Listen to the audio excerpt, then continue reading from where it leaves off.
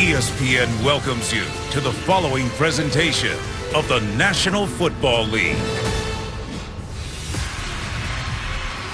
And we welcome you back to Foxborough, Massachusetts. Clear skies overhead, 32 degrees as we approach kickoff. Very little breeze in the stadium. Baltimore won the toss and deferred, so New England will receive. First decision of the night for John Harbaugh, matching wits again with Bill Belichick.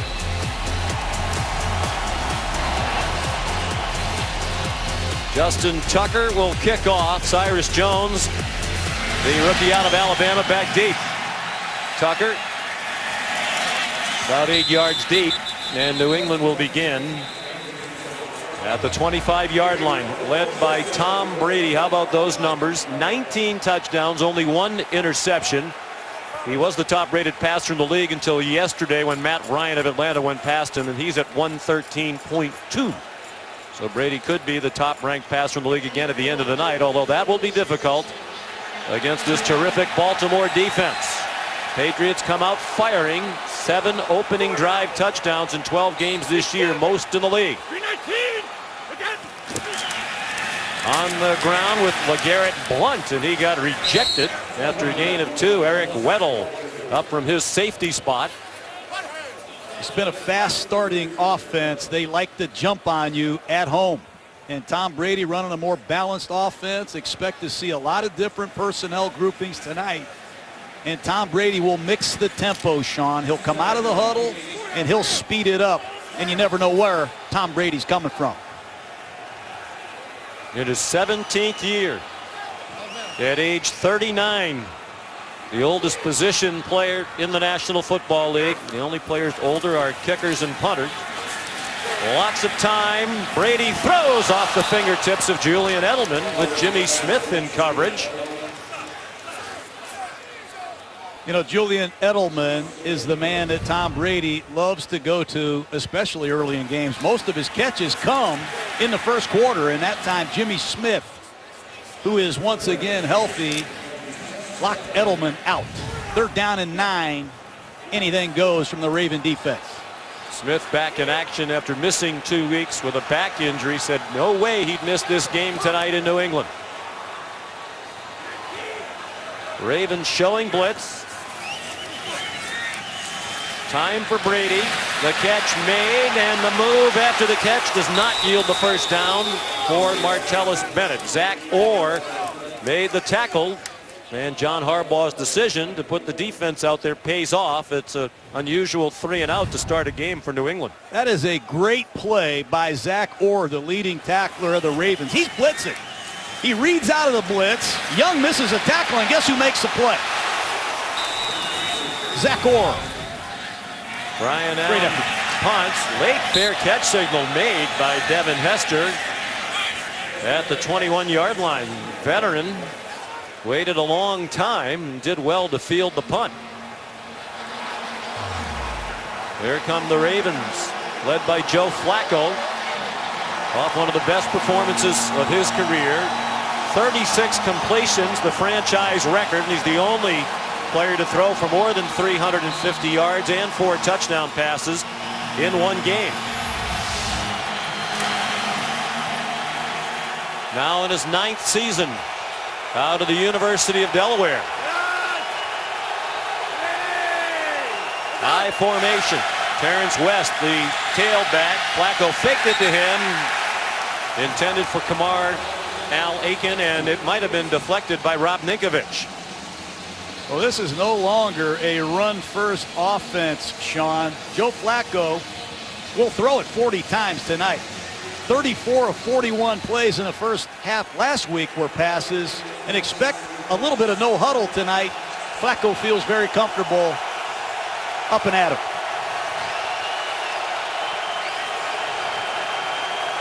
The crowd into it early, trying to make life difficult for the Raven offense. Dumped off over the middle. West lunges for a first down. Taken down by Dante Hightower in the middle of that New England defense. Well, it's a zone coverage. You're going to see West just check down right over the ball. The Patriots rush 3 men more than any team in football. And when you get a three-man rush, you have to use your checkdowns. Great work by Flacco. They've gone more up-tempo, the Ravens on offense in recent weeks with success. Flacco took the check down. Steve Smith couldn't make the catch. Marty Morningwig, the offensive coordinator. The key to their success in recent weeks has been stability on that offensive line. This will be the same alignment up front for the Ravens for the 4th game in a row. Marshall Yanda, ordinarily their right guard, has moved to left guard because of a shoulder injury. And he's excelled as usual alongside the rookie. Ronnie Stanley. Smith off the field after he couldn't catch that last pass. 2nd down and 10 for the Ravens. Flacco swings it out wide for Kenneth Dixon. He lowered his head, bounced off Malcolm Butler. Ravens have a lot of veteran players coming off an injury, and one of them is center Jeremy Zuta. And on that play, he just threw Alan Branch to the turf. Very impressive how many of these veteran Ravens have come off of serious injuries, and they're at full strength right at the right time here in December.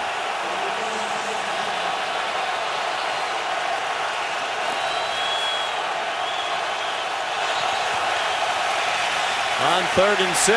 Flacco in trouble and sacked back near the 25-yard line. Trey Flowers led the way. The ball came out. The officials conferring. The referee is Ed Hockley. Flowers might be the best defensive player on this team. The 2nd-year man out of Arkansas. He lines up everywhere. He lines up at defensive end, outside linebacker. He is. The quarterback was sacked, stopped by forward off to the races before the ball came loose. Team high, 5th sack of the season for Flowers, and the Patriots been much more effective in that area of late. 13 sacks in the last 4 games. They had 13 in the first 8 games. The crowd wanted a challenge flag from Bill Belichick, but Ed Hockley announced that forward progress had been stopped, so they can't challenge that.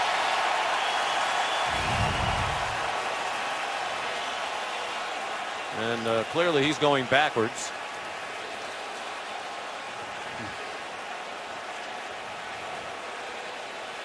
I don't think they're going to allow this challenge. Bill Belichick always knows where to find. On the field, which is the quarterback's forward progress was stopped before the ball came loose. It is therefore not a challengeable play. There is no timeout charge and no challenge. It's 4th down. Bill knows where to find that flag, keeps it in his sock. And this could be an adventure, Sean, this punt return. The Ravens punting to the Patriots. The Patriots have fumbled 6 of these returns. There's Patrick Chung. You see Cyrus Jones back there. Jones in particular has had trouble fielding punts. They put Danny Amendola back there last week, and he hurt his ankle fielding a punt. After Jones had struggled again. Sam Cook in his 11th year out in Nebraska. High and short kick and a fair catch made by Patrick Chung. 37-yard kick by Cook. Each team's had it once. No score. Monday Night Football from Foxborough.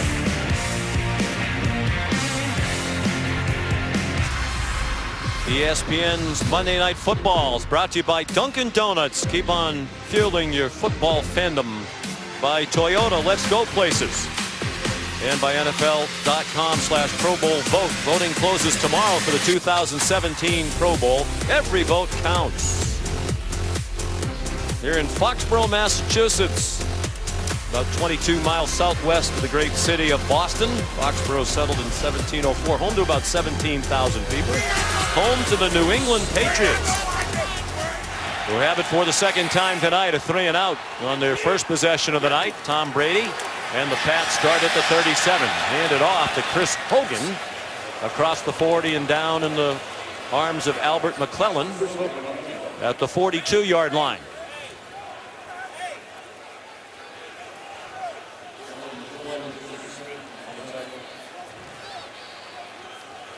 Hogan didn't injure his hand there, and they're already depleted at wide receiver.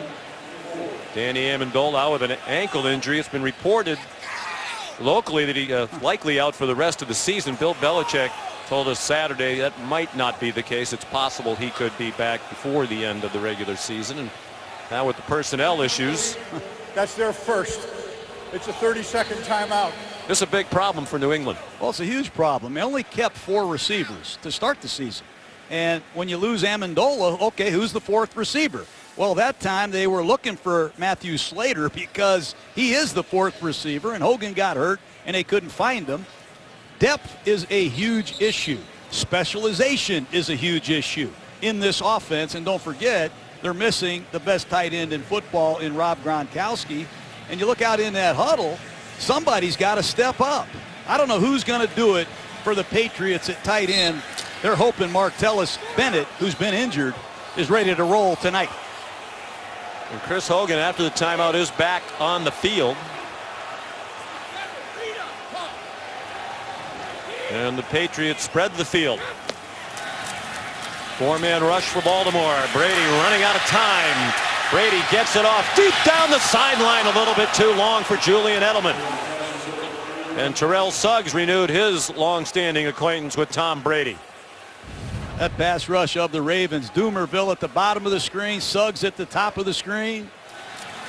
2 men that are professional finishers.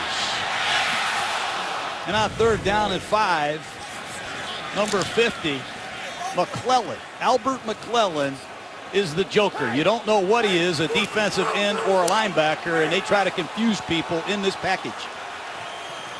James White, the motion man, ordinarily a running back, excellent receiver on 3rd down. Brady over the middle and incomplete. Again, Edelman got his hands on it, couldn't hang on, and he is the key man in the passing game for Tom Brady. That's huge. Get Brady off the field. It's an overload blitz. You'll see C.J. Mosley, number 57, on the right side of your screen. Did a decent job picking it up, but it's the underneath coverage that gets him off the field. And the ball that Edelman ordinarily would catch. All 3 of Brady's pass attempts tonight have been in the direction of Julian Edelman. Ryan Allen punts again. This time a clear signal by Hester for a fair catch, and he wishes he caught it as the Patriots are going to down it at the 1-yard line. Jonathan Jones kept it out of the end zone.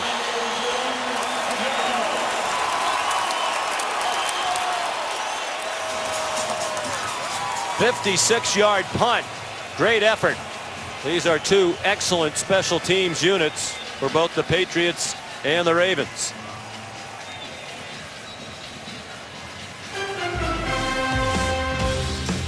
Jones kept it out of the end zone, and Malcolm Butler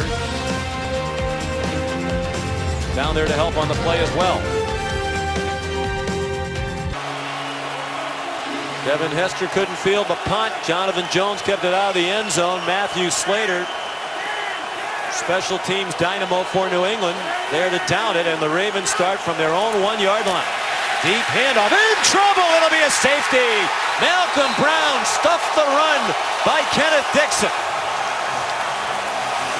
And give defensive coordinator Matt Patricia an assist.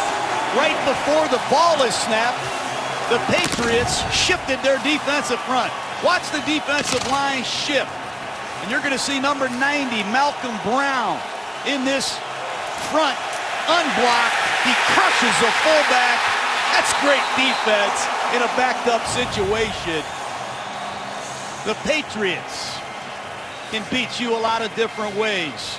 You just saw them on their special teams create field position, and Matt Patricia has to be proud of his front 4 with getting that done. The Patriots' opponents this year have had the worst average starting field position in the league, in large part because of the outstanding special teams play. Their opponents average starting inside their own 25, and because of the punt play, and really a rare mistake by the Ravens on special teams. Hester needs to catch that punt. Well, Hester's been around a long time. That's very uncommon for a man of that experience. Perhaps he misjudged it, didn't see it in the lights.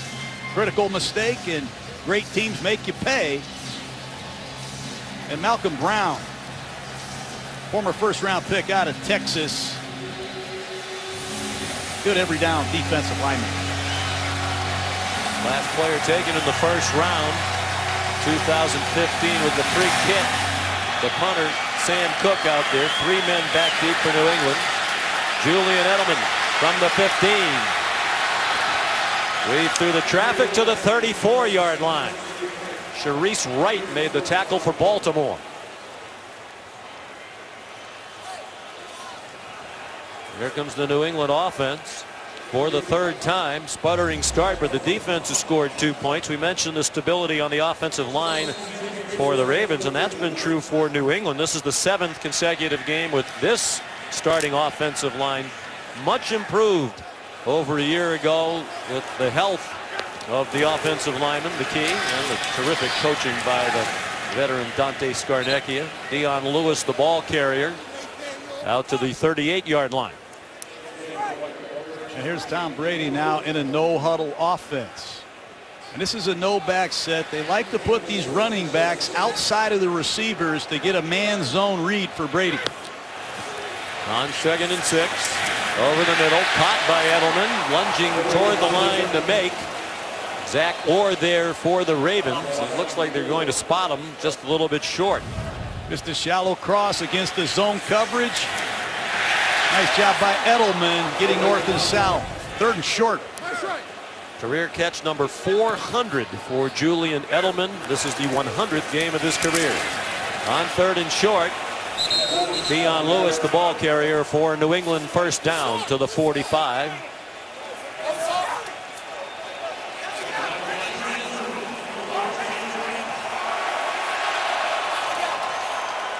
New England's going to go quickly right over the ball.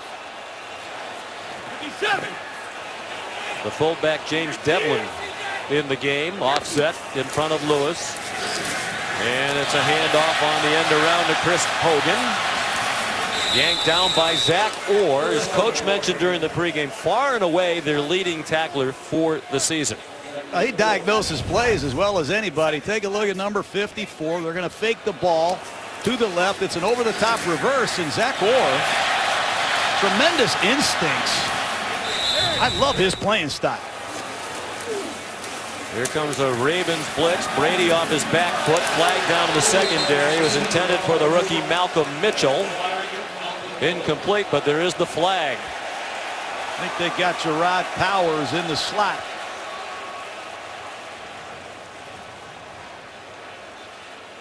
Before the pass was thrown, holding defense number 26. 5-yard penalty from the previous spot. Automatic 1st down. There's Powers, the nickel corner. He plays in the slot. He's going to see a lot of Julian Edelman tonight. They caught him red-handed with a hold. And checking in the game now, number 82, Matt Lingle.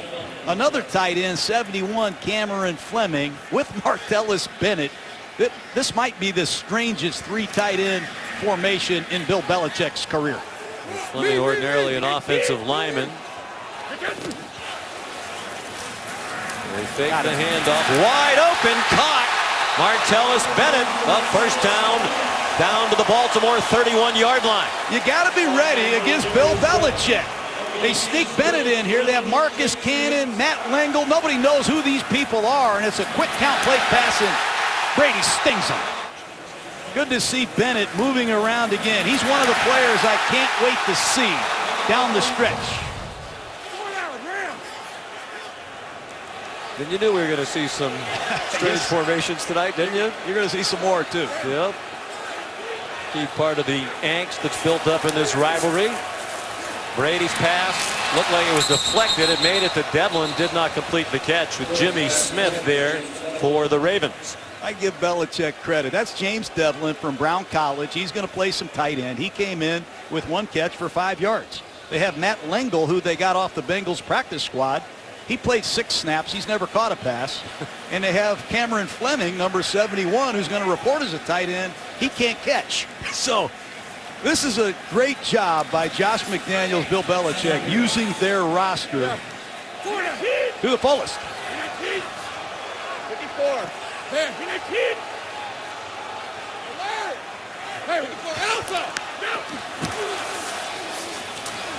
Look out, Brady dumped it off just at the last moment. Elvis Dumerville right in his face.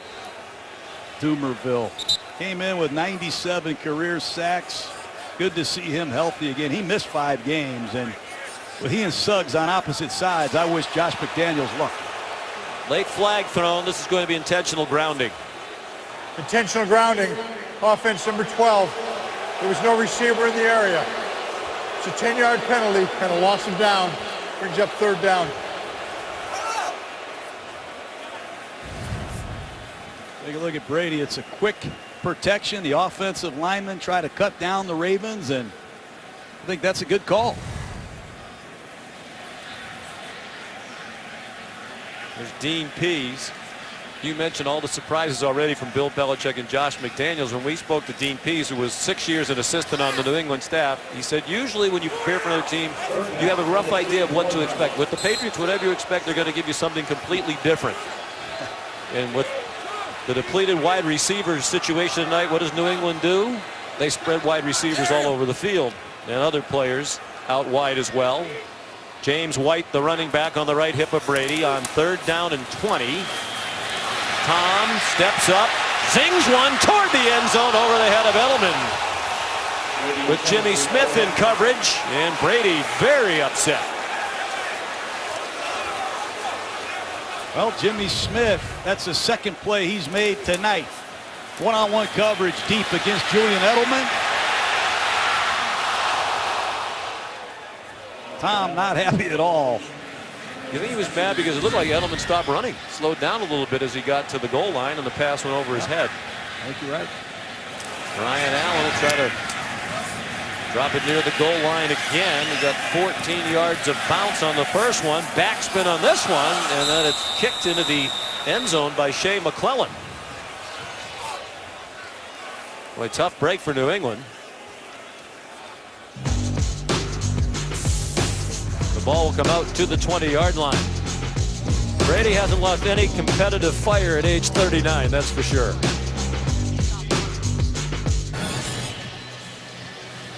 Tom Brady and Julian Edelman very close on and off the field, but doesn't mean you can't get a little agitated with each other every now and then. I think Tom was upset, as we said, going to break, that Edelman looked like he stopped running on that route. The ball went over his head. So the Ravens start from the 20. Kenneth Dixon squirts out near the 24-yard line.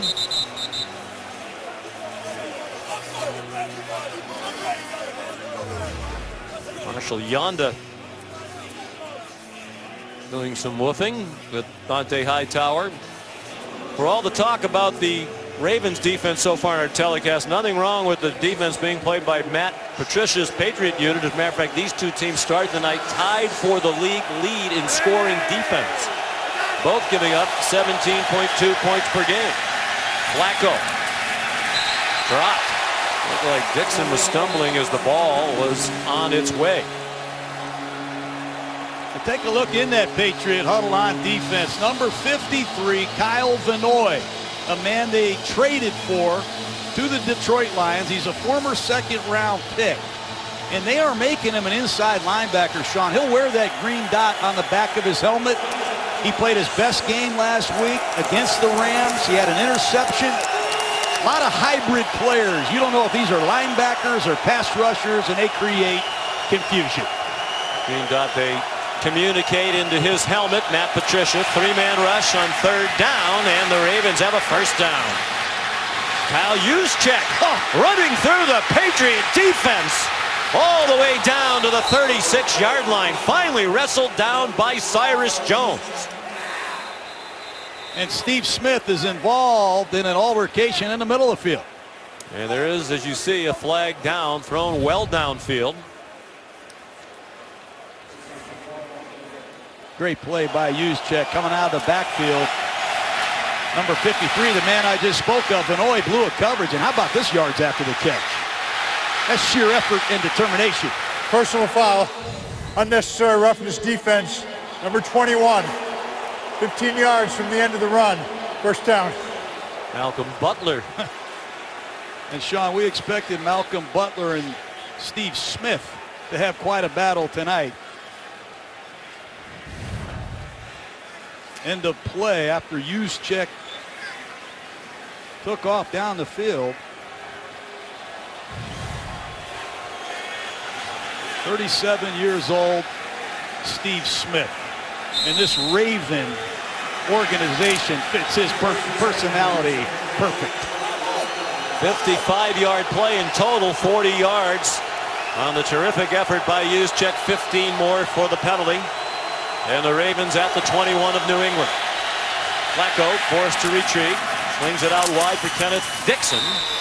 And the rookie out of Louisiana Tech, where he played for Skip Holtz, down at the 16-yard line, tackled by fellow rookie Cyrus Jones. Dixon had 87 touchdowns in college. He can run it and catch it. Ozzie Newsome, I think, has had one of his best drafts, and that's saying a lot. You look out there at Stanley at left tackle, Dixon, a number of rookie contributors. Well done. John Harbaugh told you on the Monday Night Football bus last night he thinks this is the best draft class they've had in his 9 years as coach. Flacco, dangerous throw.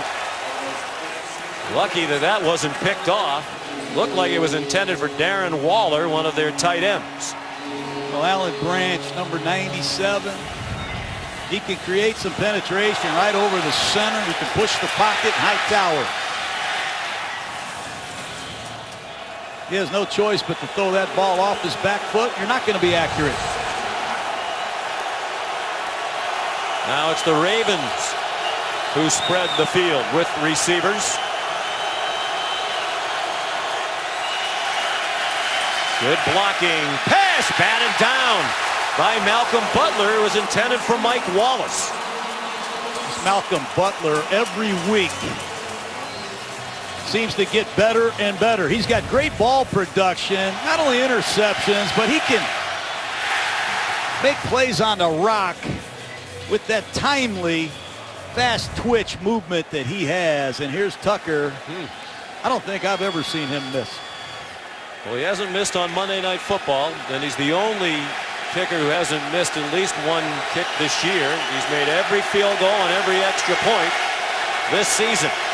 Made 35 straight field goals. They jump the center, and it's blocked by Shea McClellan.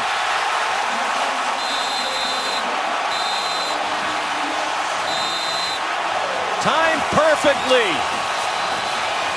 Did he touch the center? McClellan goes over the top of Morgan Cox.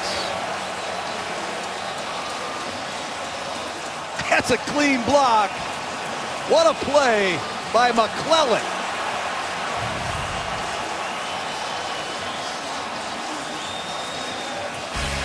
Well, the importance of special teams. John Harbaugh made his name in the league as a special teams coach. Bill Belichick was a special teams coach early in his career. It's the Patriots making the big plays on this unit so far.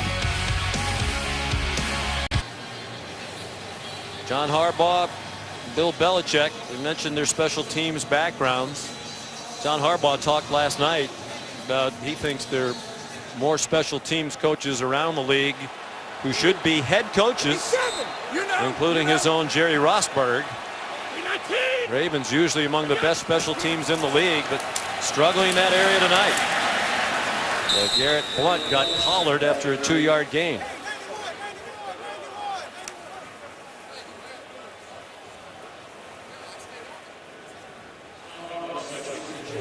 Ravens defense, as John said, talent all over the field. The secondary for Dean Pease certainly enhanced greatly by the arrival of Eric Weddle after 9 years as a San Diego Charger. Ravens talk about how Weddle blended in from day one, became an immediate team leader. Blunt approaching a 1,000-yard season.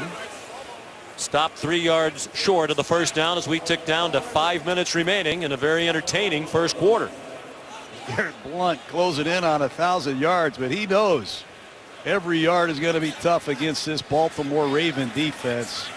Most of Blunt's work is done after contact, Sean. He is a legitimate pounding back. Tom Brady talked about the rare combination for Blunt of size at 250 pounds, but he's shifty. He's not just a straight ahead runner. He has some wiggle in the open field. 3rd down 3. Ravens best 3rd down defense in the league. Brady down the middle to Edelman, first down. And battling Julian Edelman, they finally wrestled him down inside the 40. It was Eric Weddle who made the tackle. Julian Edelman, over 400 catches. He's working in the slot against Gerard Powers. That's no contest. And Tom Brady, with very good pass protection, throws a bullet. First down, Patriots. Patriots were anticipating a lot of double coverage on Edelman tonight without Gronkowski. They spent much time in their practice session Saturday doubling up Edelman in practice. Ravens were on Edelman on that play, so it got dumped to Blunt, and he turned it into a quality gain. Don't know if that was the play design or not, but it worked for about 7 yards. Tom Brady in the pocket. Watch, he's going to fake a bubble screen and try and shoot one down the field, but his feet stay alive. He's playing with excellent quickness. They jump the ball. Here goes Blunt. Blunt lowers his shoulder and has the first down. Rude greeting for the rookie out of Temple, Tavon Young, who's an emerging star, part of that terrific draft class that Coach Gruden spoke about a moment ago. Here comes that tempo, Sean, and Tom Brady drives defenses crazy. Baltimore having a hard time lining up. First and 10, 26-yard line. New England leading 2-0. Edelman taken down immediately by the rookie Tavon Young. And you know where Tom Brady's going with the football. He's going to his friend Julian Edelman. I think Edelman has 8 catches in the last 3 weeks. Already 7 targets tonight. 8 catches in each of the last 3 games for Edelman, exactly 8.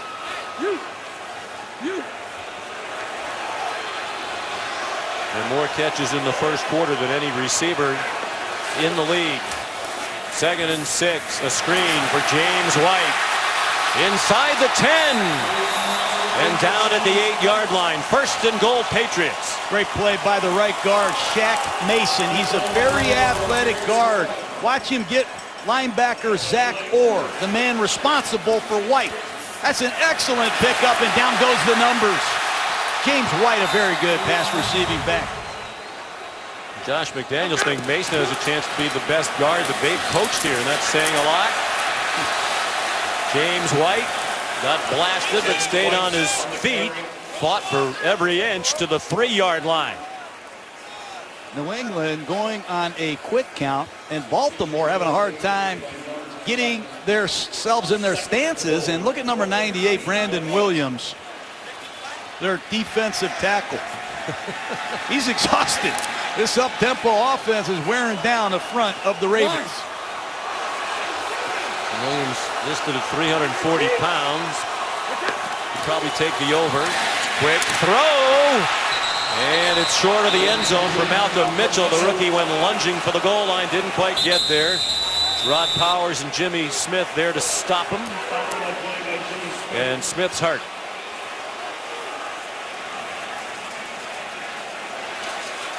Smith, who missed a couple games with a bad back, returned to action last week against Miami. And he is the #1 shutdown corner for this Raven defense.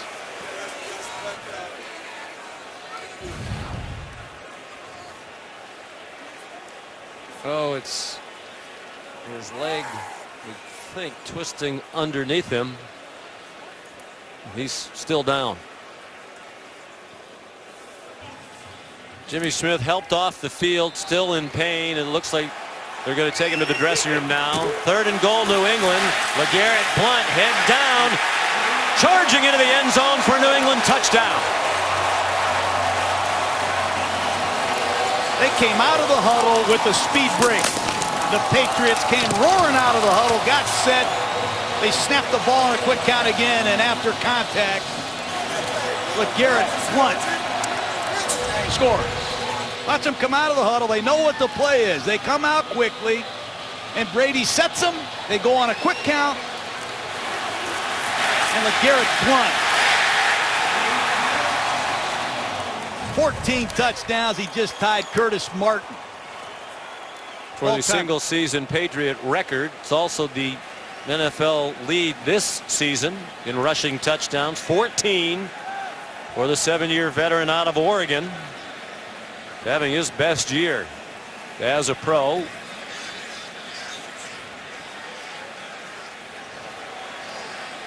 So a safety, now a touchdown, and Stephen Gostkowski on to try the extra point.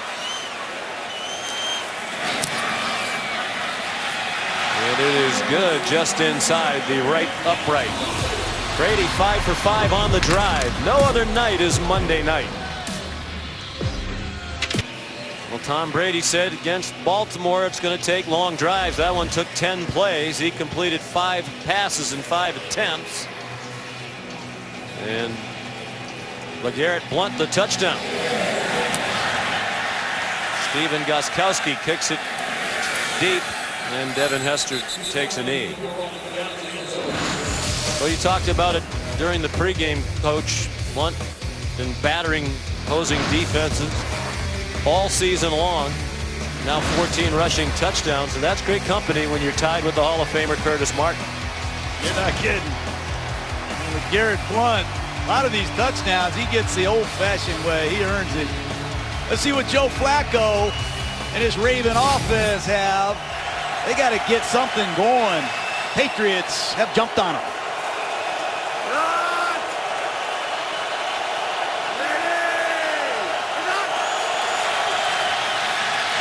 Flacco fires and caught. Steve Smith out across the 40. They're going to mark him down at the 43-yard line. Play action pass. It fools the inside linebackers as Steve Smith with perfect timing. And no fear in the middle of the field. First down, Baltimore. He and Flacco formed a great combination. Rehab together from injuries that kept them out last year. Dumped over the middle for Terrence West. He's tripped up. Lunged forward to the 49-yard line. Tackled by Shea McClellan. We're in the final seconds of the first quarter. Very little's gone right for Joe Flacco and the Ravens, but they're down just 9-0. And typically when they struggle, they lean on this muddle huddle. Speed things up. Try to get Flacco a couple completions and get him in a groove. They've run 14 plays, 12 of them passes. They're going to let the quarter end. For the season, only Cleveland throws the ball on a higher percentage of downs than does Baltimore. Entertaining as you would expect when these two rivals get together.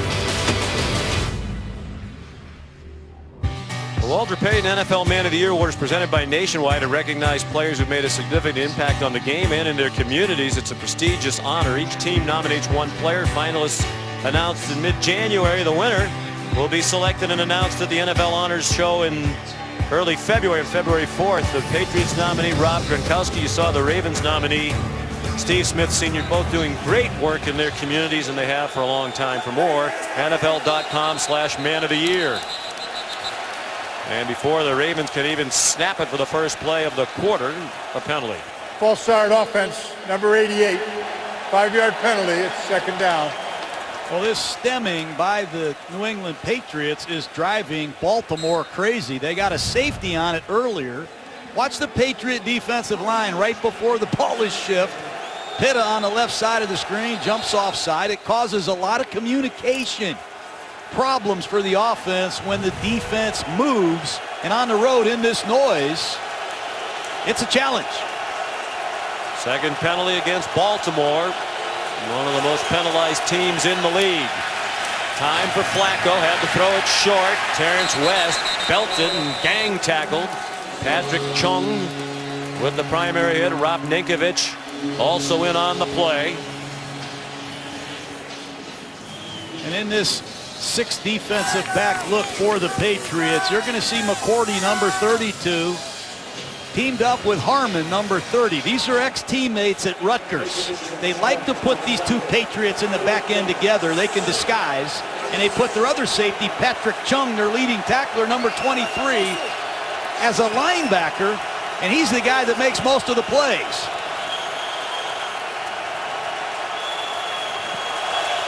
Third and 7.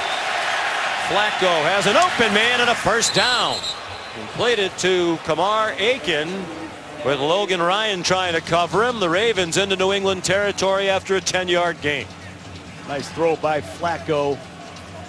Aiken, who's taken a bit of a back seat this year because of the addition of Mike Wallace and the healthy Steve Smith with a huge conversion. He was their leading receiver a year ago. With Smith back, Wallace here, and Pitta back after being sidelined for a couple of years. He's more of a role player now, Aiken. Dixon, the ball carrier. Rob Ninkovich made the tackle after a short gain, a pickup of 2. And checking in is Dennis Pitta, Sean. What a story Pitta is. Been hurt for the last couple years. A lot of people thought he'd never play again, and guess who leads the Ravens in receiving? Pitta fractured his hip in 2013, again in 2014. Flacco throws, nobody looking for the ball. It caught Sean Perryman by surprise. He was one of the many Ravens injured last year. It devastated their season as they went 5-11. So many star players out. Flacco missed 6 games with a knee injury. Suggs almost the entire year. Steve Smith has come back from an Achilles at age 37. That's remarkable. This year they've had great help. That group of players you saw has missed only 3 games combined. 1 by Suggs, 2 by Smith. Pitt is back and he's been terrific. He's been their leading receiver for the year.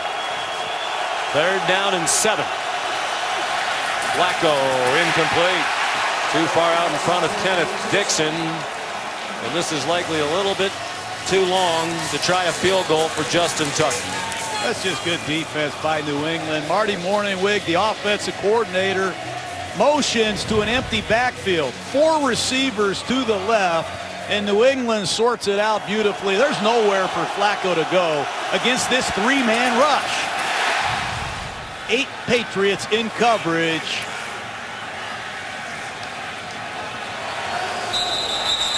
And movement and the usual finger pointing.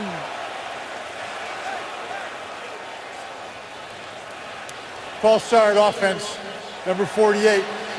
5-yard penalty. It's 4th down. Patrick Onwuasor. Flacco in the offense, trying to get its act together on the near sideline. Gettleman back inside his own 10-yard line.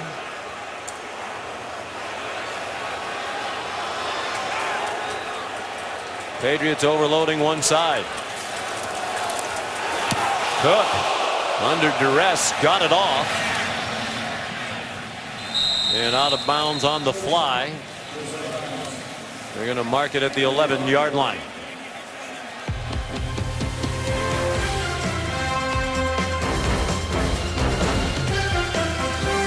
ESPN's Monday Night Football is brought to you by Jaguar, the art of performance. By Chili's, chillin' since '75. By ESPNShop.com, powered by Dick's Sporting Goods. And by Navy Federal Credit Union, federally powered by NCUA. It's become such a great rivalry. They're the only 2 teams in the league that have gone head-to-head in the playoffs 4 times since 2009. And who knows, we could have another postseason meeting between these 2 teams. From the 11, 1st down, New England leading 9-0. Again, they spread the field with receivers. Quick throw by Brady on target for a quality gain on 1st down. James White, the running back out of Wisconsin, run out of bounds by Eric Weddle. You know, these Patriots, they're missing a lot more than Rob Gronkowski's pass receiving numbers. He did a lot of things as a blocker and pass protector that they got to prove they can replace. Josh McDaniels told us Saturday they think Gronkowski's the best blocking tight end in the league, in addition to his well-known pass receiving talents. Edelman, the ball's out. Was it a catch and a fumble? And the officials are now waving it off. Incomplete pass. I'll take a look at the end of the play. Edelman clearly mishandles it. That's the 2nd time tonight Julian has failed to put the ball away. He's not been on top of his game tonight. C.J. Mosley there, third-year linebacker out of Alabama.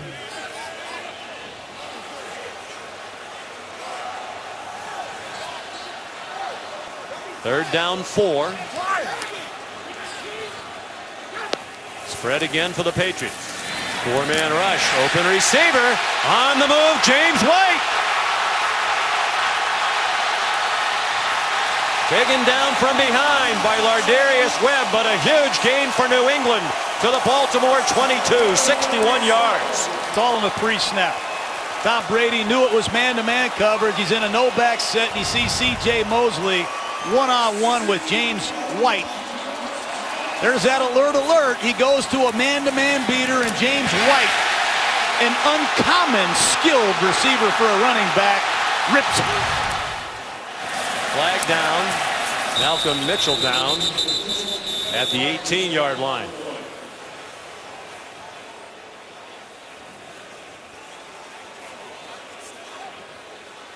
Tom Brady's changing speed. He's driving Ed Hockley crazy. It's huffing and puffing. We all know he's in good shape. Illegal shift offense. Number 19 never got set before the ball was snapped. 5-yard penalty. Repeat first down. Well, they're in the huddle. They got a no-back set. Tom Brady has a play designed for a zone. If he sees man-to-man, there he goes. Alert. Now they're running a play that's designed for man-to-man. Everybody changes their route. And when you have a guy like James White, you can mismatch linebackers in these empty formations. Keep an eye on White as the night unfolds. He is special. Patriots line up quickly again. 1st and 15. Chris Hogan, the motion man. Look here at Blunt. Blunt down inside the 15-yard line. Shaq Mason at right guard pulls on a power play. I love watching this young guard pull. They love to feature him in this power running scheme, and watch him on the second level. Oh, that's good stuff. 13-yard pickup by Blunt.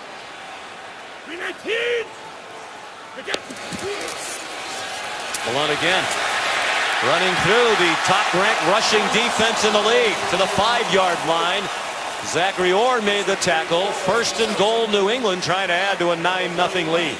You know, Sean, one of the best offseason acquisitions of the Patriots is Dante Scarnecchia, the return to their great offensive line coach. Same play. They just flipped it over the other way, and Joe Thuney, a rookie left guard, gets it done. Once at 995 yards for the season. He takes it in the end zone. He's at an even 1,000. Instead, he loses a yard. Chopped down at the 6. Dante Scarnecchia joined the New England coaching staff in 1982, and for the most part was here ever since. He went away for a couple of years to Indianapolis and came back. He's now 68 years old. He was retired for 2 years. And he got tired of being retired, and he came back, and what a difference maker he is. Yeah, not many people run the same power play 3 consecutive plays against the Ravens, but he brings a lot of expertise, teaching, and confidence to the Patriots. 31st year with New England. A blitz, the pass, batted down and incomplete. Suggs leading the charge, as is usually the case. And in this 3rd down and goal situation, Sean, Tom Brady loves to set the formation, use a dummy snap count, and try to get the Patriots in the best possible play. Watch the man work. And the chess match continues from the sidelines. Dean Pease and Josh McDaniels, good friends. They coached together in New England. Another blitz brought by Pease. Brady in the traffic, touchdown. Malcolm Mitchell. That's one of the guys we wanted to see perform under pressure. Malcolm Mitchell, a rookie out of Georgia. And Tom Brady read the all-out blitz perfectly. He knew the unblocked blitzer was coming on his right. And he throws a perfect bullet for 6.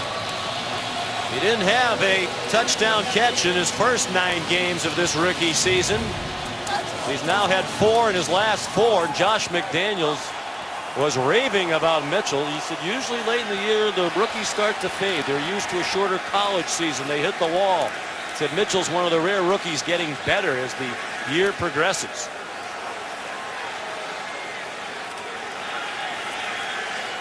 And John Harbaugh will need to rally the troops. Gostkowski converts. It'll be 16-0 with 9.5 to go until halftime. 89-yard drive. 8 plays. 16 zip New England. Coverage tonight from Skycam, brought to you by American Express. Many of the fans here on their feet. They've watched New England execute back-to-back touchdown drives of 74 and 89 yards. And the Patriots lead the Baltimore Ravens 16-0 with 9:28 to go in the first half. Sean McDonough, John Gruden, Lisa Salters, and our terrific Monday Night crew led by producer Jay Rothman, our director Chip Dean. Stephen Gostkowski kicks off.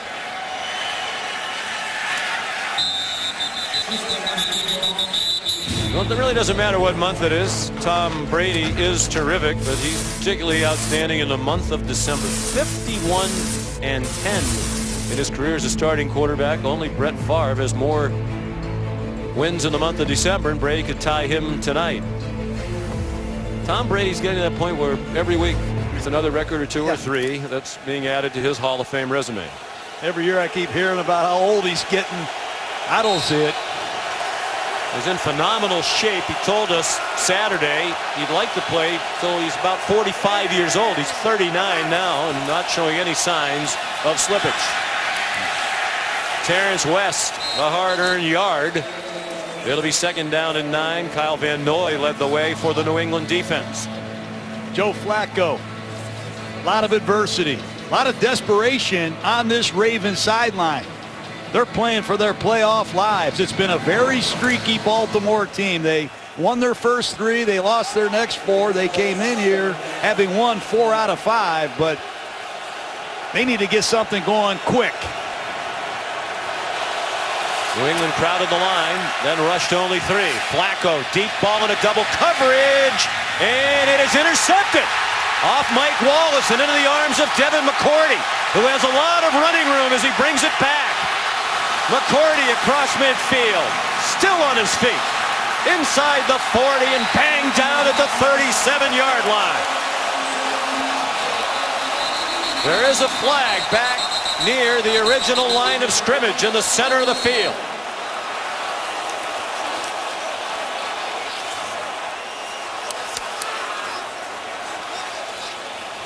Tried to get it all back on one play, and Flacco made a mistake. He threw it into the strength of the Patriots secondary, and Devin McCourty shows you why he's one of the best free safeties in football.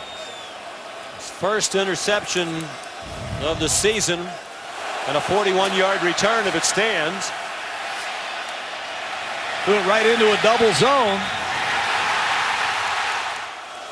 Only question is, was McCourty touched after he caught it? I don't believe so.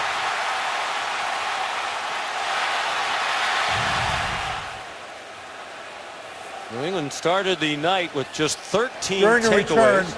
holding by the receiving team. Number 21, it was the head of the play. The foul will therefore be enforced from the end of the run. 10 yards. It is New England's ball. 1st down. We will review the ruling on the field. 13 takeaways starting the night. It's 26th in the league, but New England comes up with another one and gets the ball back. Devin McCourty, the interception, his first since September 27th of last season against Jacksonville. Ruling was the interception. He was not down by contact caused by Mike Wallace, the intended receiver. They've marked the ball at the Baltimore 48. If that's how it stands after the replay review.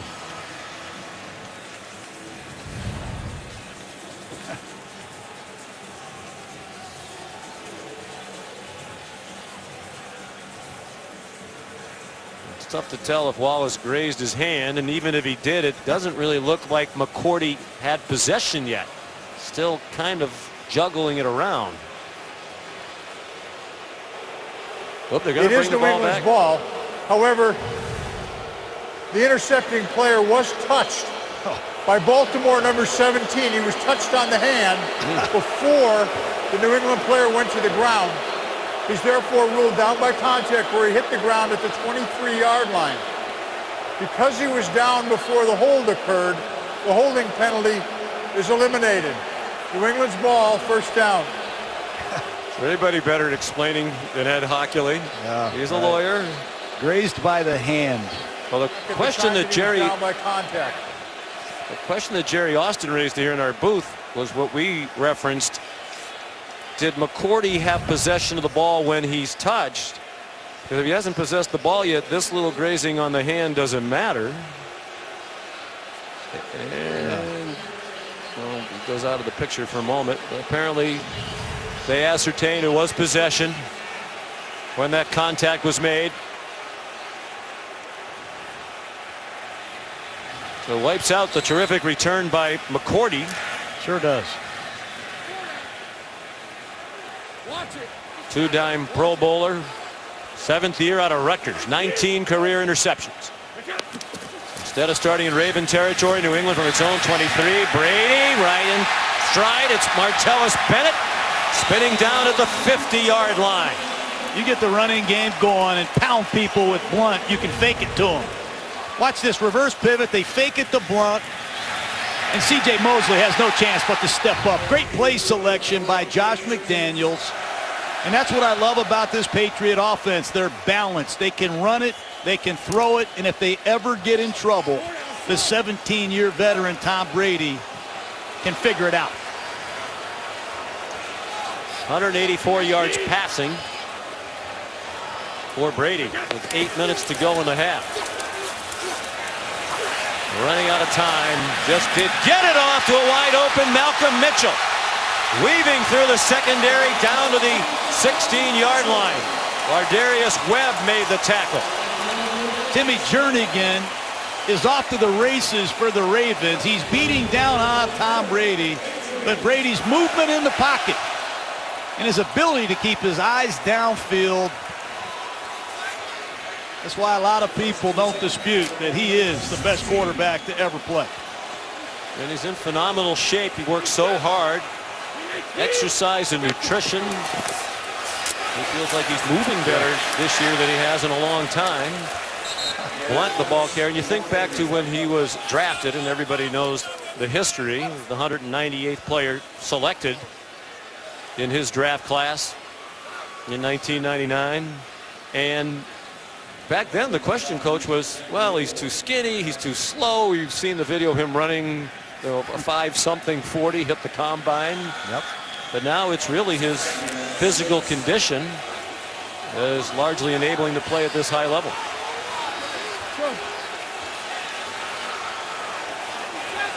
Roger.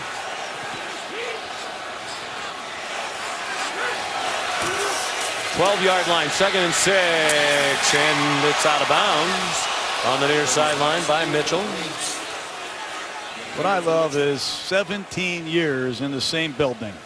And when you look in the huddle, there's a lot of first-year Patriots without very much experience. You've seen Malcolm Mitchell, left guard Joe Tooney. Martellus Bennett is a first-year player here in this organization. Shaq Mason, first year really as a full-time starter. And when you get to play with Tom Brady, you elevate your game.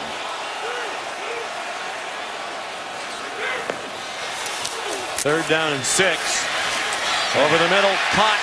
Hogan knocked down at the 2-yard line. They are First and dominating. goal. Excuse me, Sean. It's Dante Scarnecchia's group. The offensive line is punishing the Ravens.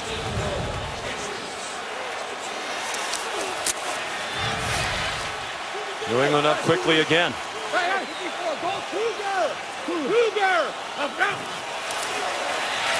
James White in trouble and smothered behind the line of scrimmage.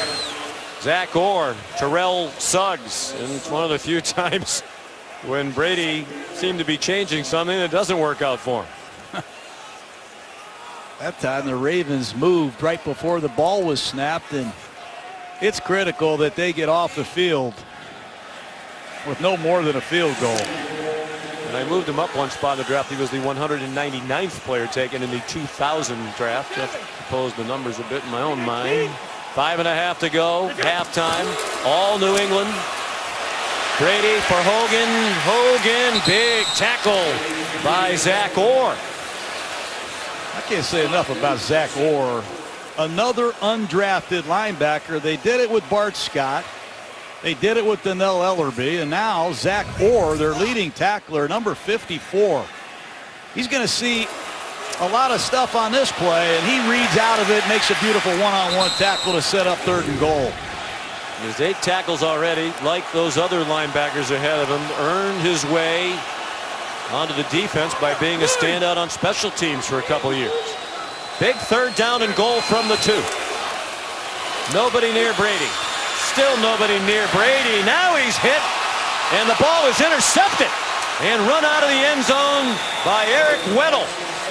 Huge turn of events. Looked like New England had a chance to almost put Baltimore away here in the 2nd quarter, and a much-needed big play for the Ravens. And an uncommon mistake by Brady. Under duress, Weddle makes him pay. Rare turnover committed by New England, just their 9th of the year. That's the league low. It's just the 2nd interception they've thrown this year, both by Brady. The record low for a team interceptions thrown over a season is 5. They still have a chance at that. Weddle's interception is 2nd in as many weeks. Baltimore from the 10. Boy, did the Ravens need that. High throw caught by Steve Smith. Gain of 5. Dante Hightower made the tackle during Devin McCourty's interception return that was brought back by the penalty. The starting center for Baltimore, Jeremy Zutaw, was hurt. He's gone to the locker room. They're evaluating him in the concussion protocol. So John Urschel, the 3rd-year man out of Penn State, is the center. Over the middle, it's off the hands of the Patriot defender Kyle Van Noy, and incomplete. They are bluffing a lot of blitzes and driving Flacco crazy. That time they showed a double A-gap blitz. Both linebackers bailed out of there. Watch number 53 on the left side of the center. It looks like it's a blitz right before the ball is snapped. They bail out of there, and Van Noy makes the heads-up play. 3rd down and 5 for Baltimore. Flacco, one-handed catch of the snap, throws, and a good catch over the shoulder by Mike Wallace for a 1st down for the Ravens out to their 32-yard line. Logan Ryan in coverage for New England. That is a great throw by Joe Flacco. Out of the bunch formation, Mike Wallace explodes, finds the ball at the last second for a huge 1st down. Can Baltimore get something before the half? First catch for Wallace. Good for 16 yards. Flacco out wide again to Kenneth Dixon. They're not getting much run out of the catch when they do complete those short ones. Duron Harmon closed ground quickly, and now it's the rookie Dixon going to the sideline. This Patriot defense, they really could care less how many yards you make. It's a scoring defense. They do not let you score many points. They force you to be patient. They don't make mistakes. You got to methodically move the ball. Pressure from the corner, thrown in that direction by Flacco, and Brashad Perriman, 2nd-year man out of Central Florida, made the catch. They'll need 6 yards to move the chains again, and there's an injured New England Patriot on the plate. It's Duron Harmon. It was a corner blitz, and Harmon came from his safety position to make the tackle, and he's still down on the field. Time for tonight's edition of Monday Night Lights. It took place on Saturday afternoon here at Gillette Stadium. Coach Gruden spoke with 6 local high school teams. Millbury High School, Cumberland, Charlestown, Perk, New Mission, and Brighton High School. You had a lot of fun with those guys. Yeah, I did. Man, there's some good football players here in this area. If you're a young guy out there, join a team, go play, have fun. and support youth sports. Be on a team.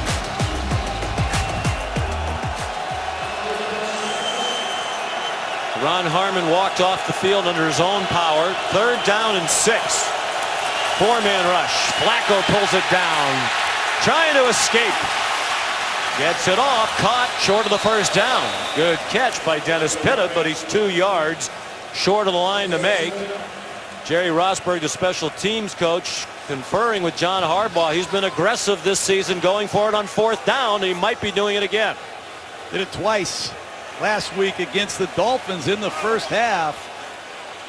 I wouldn't be surprised if they use a hard count, try to lure New England off sides, and if they don't, punt the football.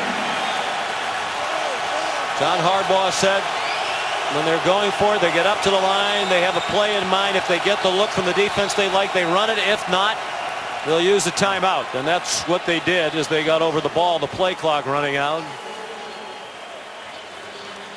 And Harbaugh leaning now on some of his assistants to make a very important decision. Well, it's tough on the assistants. It's 3rd down. You don't get it. You think you're punting. And then 17, 18 seconds before the shot clock, go for it. And you don't have time to get to the perfect play. That's a good time out there by the Ravens. Love to see him get something before the half. But, boy, you give Tom Brady the ball in this field position, that could be a knockout punch. Yes. And given how many catastrophes have befallen the Ravens here in the first half, they have to feel pretty fortunate it's only 16-0. A lot of different things have gone wrong for them. The interception was huge a moment ago, and now a whistle and a flag thrown just now by Ed Hockeley. False start offense. Number 30. 5-yard penalty. It's 4th down. Well, they were going to go for it on 4th down. Not anymore. It's a rookie player, number 30. Kenneth Dixon. Not set. And mistakes have really hurt the Ravens. You see Dixon tipping forward before the ball snapped. Good call by the referee. And again, here's 2 punt returners for the Patriots. Cyrus Jones has had trouble catching the ball, and Patrick Chung trouble hanging on to the ball. Sam Cook, the punter.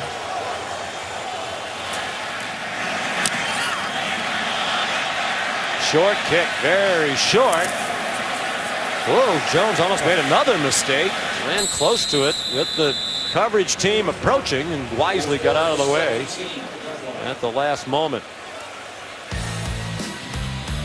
The Ravens defense, all kinds of impressive numbers starting the night.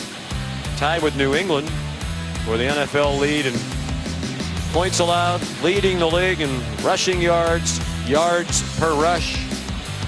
Allowed the fewest opponent 1st downs in the league. They've been the best in the league on 3rd down. New England 6 out of 10 on 3rd down tonight. Since the merger, no team has finished the season leading in all 6 of those defensive categories. Well, you can only measure your defense against the best offense. And right now they haven't measured up very well. Holding offense. Number 69.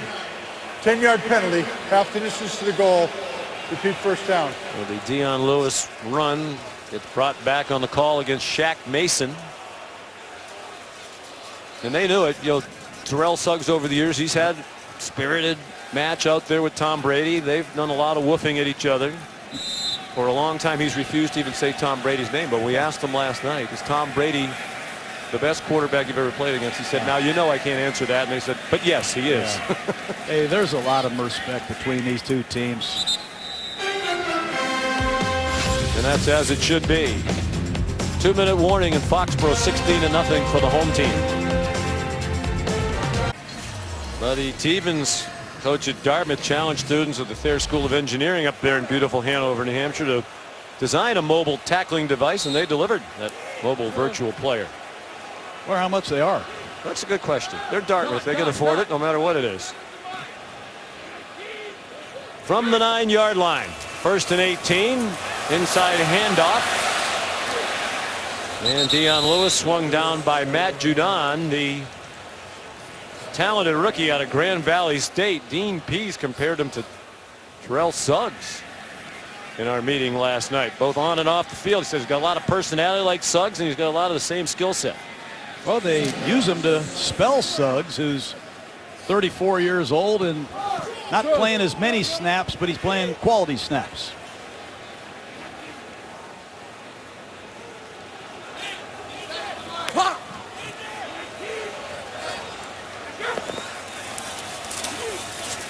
Brady, time incomplete. Good coverage intended for Julian Edelman. Sharice Wright in coverage, seeing more playing time with the injury to Jimmy Smith, and he was right on Edelman on that play.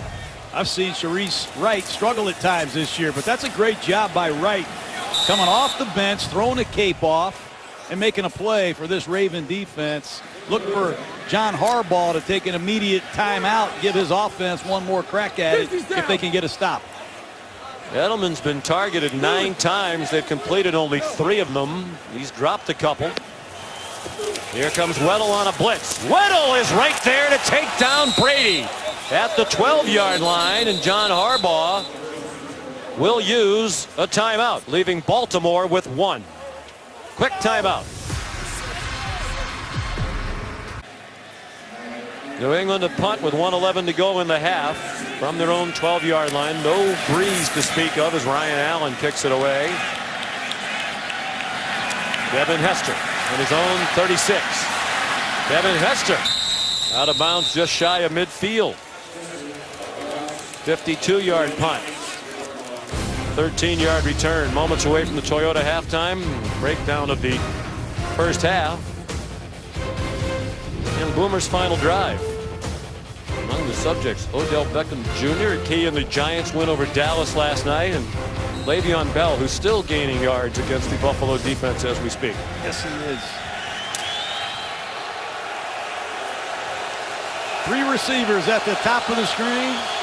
Keep an eye on Pitta at the bottom. Been a very rough half for Baltimore, but they could go into the locker room with some life in their step if they could score here. On his feet, Kenneth Dixon. Evan McCourty finally made the tackle. Most of Joe Flacco's completions tonight are to his backs. Patriots playing a lot of zone coverage, at times rushing just 3, and Flacco gonna have to maintain his patience, get something on the board, and anything can happen. 52 seconds, a timeout. Ravens at the New England 37. Blitz off the corner. Picked up nicely. Flacco throws into traffic. Wallace caught it. Held on to it as he got dumped by Rob Ninkovich. And the clock runs, and Coach Harbaugh waving at them to get lined up quickly. We're going to have to hurry to get this off. 30 seconds to go. They are in field goal range at the very least for Tucker. Another corner blitz from Butler, and another short completion to Brashad Perryman, and now they're going to have to use the timeout. Devin McCourty rallied quickly to make the tackle. Well, the Patriots are rushing 4. You just don't know which 4. 3 down linemen, and they bring a defensive back, and they're forcing Flacco to throw side adjustments. Watch McCourty go cover the receiver. Here comes the corner off the right side. It's just a 4-man rush, but you don't know which 4 Patriots Matt Patricia is rushing. And he and Bill Belichick have done an excellent job keeping the Baltimore Ravens off balance. And on 3rd down and 5, you try to figure out which Patriots are rushing and which Patriots are covering. But it's been a lot of zone coverage, Sean. Matt Patricia graduated from Rensselaer Polytechnic Institute with a degree in aeronautical engineering. And as Matt Light, the former Patriot, said, when you figure out how rockets work, you can probably scheme up some pretty good defense. I think Patricia's one of those guys who's going to be a head coach very soon. Great personality in addition to his intelligence. Flacco too high over the head of Kamar Aiken. On 4th and 5, here comes Justin Tucker. who had his first and only attempt of the night blocked, his first miss of the season. Shea McClellan went leaping over the center and blocked the 34-yard try. He had made 35 in a row, which was one shy of the Ravens franchise record held by Matt Stover. This will be a 50-yard try. He's 8 for 8 from beyond 50 yards this year. McClellan started as if he was going to try it again and backed away. And Tucker right back to where he usually is, between the uprights.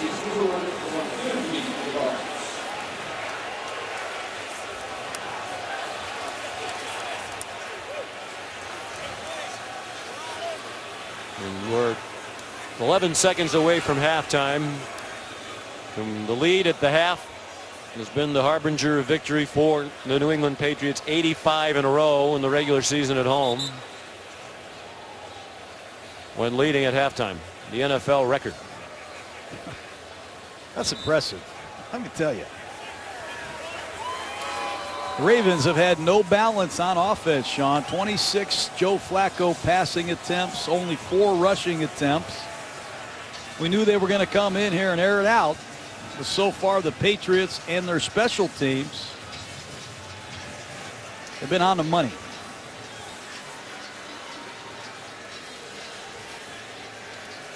By the way, that Patriots streak, regular season home games and leading at the half, that started September 30th of 2001, the day Tom Brady made his first start in the NFL. So that's how far back that goes. And they beat Peyton Manning and the Colts.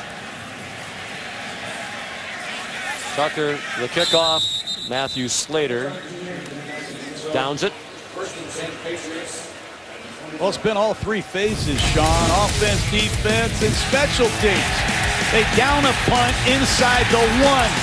And then their defense, they stem the front, they confuse the Ravens, they rock them for a safety. And then they jump over the top and Shea McClellan blocks a Justin Tucker field goal.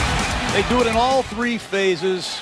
Over 250 yards of offense, good special teams, and their defense allows just 3 points.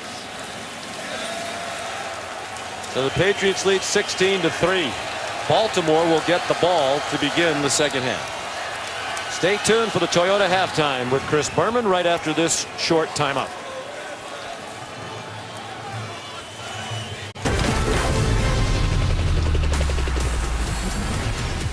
Welcome back to ESPN's Monday Night Football from Gillette Stadium, just off Route 1 in Foxborough, Massachusetts, where the Patriots lead the Ravens at the half 16-3. Sean McDonough and John Gruden. Could have been a lot worse for the Ravens. You saw a couple things you haven't seen in a long time in that first half. Yes, I did. I want to show you the Patriot way is what I want to show you, Sean. And that's brought to us by Zales and their extraordinary moments. This is extraordinary. This Patriot way, it always works. They can beat you with all 3 phases. And it starts with their defense. Watch them stem the front right before the ball is snapped. They run through a linebacker, and they cause a safety. They score with their defense. Then Shea McClellan jumps over to center and rejects a Justin Tucker field goal. That saves them 3 points. Then they see an all-out blitz. Tom Brady goes to his rookie wide receiver, Malcolm Mitchell, on a beautiful slant pattern. The Patriot way, they can beat you 3 ways. Offense, defense, special teams. Every year, they find new people to make great contributions, and this is an important drive to start the 3rd quarter for the Ravens. Among the things we haven't seen very much this year, Tom Brady throwing an interception, and we hadn't seen Justin Tucker miss a kick. He had one block. Brady threw a very important interception when they were about to add to their 16-0 lead. John Harbaugh and the Ravens get the ball first to begin the second half. Steven Gostkowski will kick off, and Devin Hester back deep for Baltimore. This one's returnable if he wants to try it, and he will. Devin Hester, one of the great return men in the history of the league, chased out of bounds by Duron Harmon. A flag down back inside the 20-yard line. And it's coming back. During the return, holding by the receiving team, number 91. Half the distance to the goal from the spot of the foul. Baltimore's ball, first down. Here's Lisa Salters. Well, Sean, remember the Ravens came in with the best defense in the league coming into this game. Didn't look like it in the first half. I asked John Harbaugh what was giving him problems, and he said, you know, we were just giving up big plays, staying out on the field, running away from man coverage. Offensively, though, he said, all it's going to take is us just getting some first downs. We got to get some momentum, and then he said we might be able to open some things up. John? And Flacco seemed very content to take the short pass even when he's had more time. Unbelievable tilt to the play calling. They've run 4 running plays, 27 passes in the first half. And they start from their own 7 with their 5th run of the night. And Kenneth Dixon pelted to the line of scrimmage by Dante Hightower. Only one team has run fewer running plays in the first half of a game this season than Baltimore's 4 in the first half. Seattle 3 runs in their first half against New Orleans. Well, they don't run the ball like they used to. They came in here throwing the ball 65% of the time. They have a rookie left tackle, Stanley, out of Notre Dame, a backup right guard, and they moved their perennial Pro Bowl right guard, Marshall Yanda, to left guard. They've had a lot of interchangeable parts. 4 runs in the first half, also the franchise low in Ravens history in their 21st year. Again, another very short pass in New England there to take down Kenneth Dixon again. Shea McClellan with help from after the miss by Patrick Chung. They swarm to the football. They use a lot of different Patriots. They're in full substitution mode now. McClellan leaves the field. Malcolm Brown, Jabal Sheard are come off the field, and here comes some fresh New England Patriots. Keep an eye at the bottom of the screen, Sean. Number 95, Chris Long, the ex-St. Louis Ram. He closed out the Jets a couple weeks ago. He loves playing in big games. Didn't play in many while he was a St. Louis Ram. Biggest reason why he came here as a free agent. Juszczyk work to do to get to the line to make, and he won't get there. Duron Harmon, who was injured in the first half, left for a while, has come back. It's the Patriot way. I mean, they hustle to the football. They're playing zone coverage, eyes on the quarterback. As soon as the ball leaves his hands, there's 1, 2, 3, and there you see 4 and 5 Patriots converging on the football. That doesn't just happen. That is coached. Let's see what's going on here. Yeah. A odd look as they break the huddle, then they snap it quickly. And a good punt by Cook. Hanging up high and down to Patrick Chung. And he's tackled at the 35-yard line. First crack on offense for New England in the second half right after this. ESPN's Monday Night Football is brought to you by Dick's Sporting Goods. Every season starts at Dick's. By GMC, we are professional grade. And by the new Bacon King sandwich, 6 strips of crispy bacon piled atop a half pound of 100% beef, only at Burger King. Images of a great man. Oh, you're gonna have to help me, Coach. Yes, he was. My dad, Will McDonough, longtime sports writer for the Boston Globe, covered the Patriots starting from their beginnings in 1960. And very much missed, particularly here in his native Boston and New England. Julian Edelman, the catch. He was a great rider, and he made his way into television with those good looks. Yeah, he overcame that. One of the most versatile talents ever.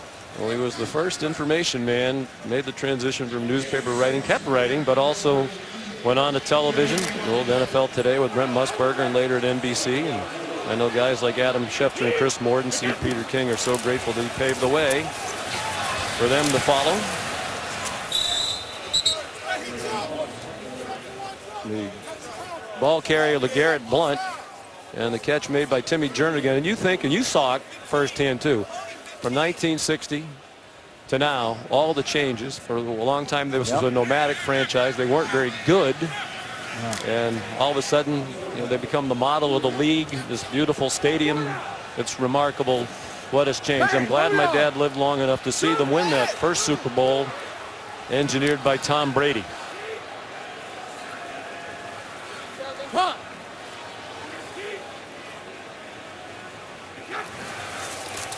Third down and 3.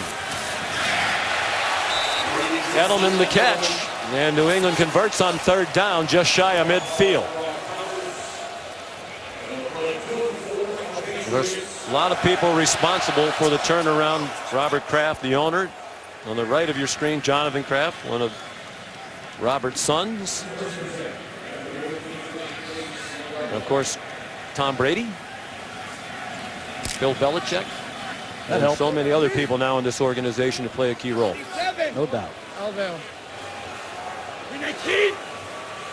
It's quite possible we're looking at the greatest coach and the greatest quarterback in the history of pro football. Flea flicker, Blunt threw it back. Brady down the middle, on target to Chris Hogan.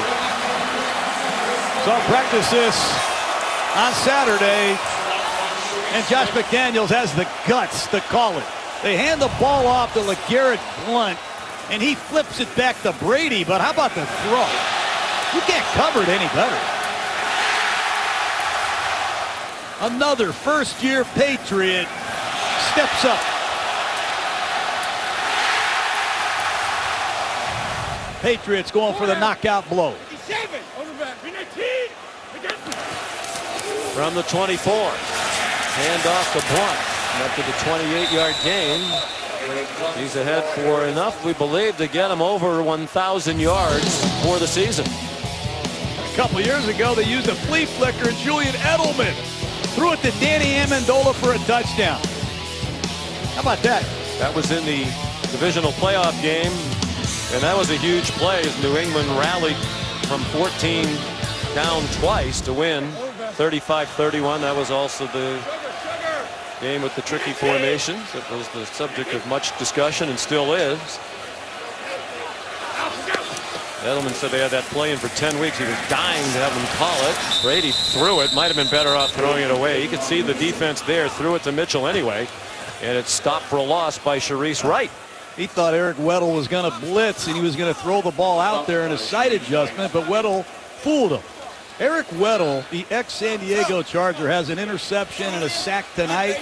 He was the leader of the Chargers. He called their signals. He came to Baltimore, and he had to not only come in and make plays, but he had to be a leader and a communicator, and he fits right in with this bunch. And the players all talk about he should have been a Raven from day one. It matches that play like a Raven mantra. Brady to the end zone in traffic, and a battle for the ball. Won by Bennett. Touchdown, New England.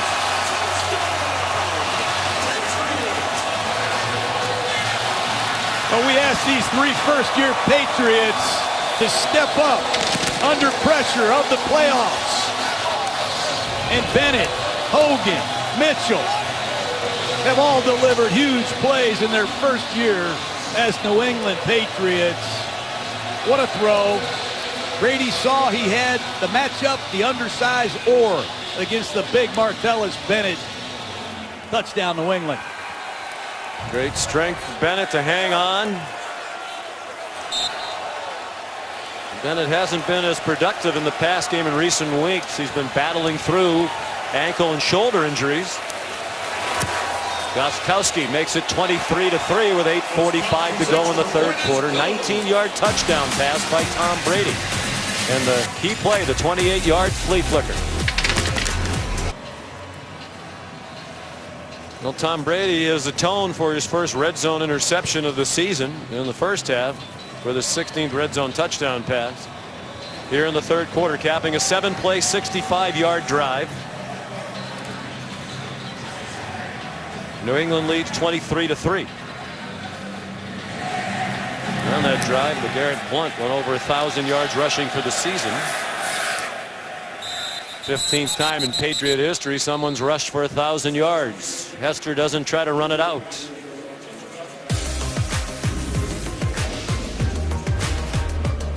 .845 to go, third quarter. Brady putting on a show on Monday night.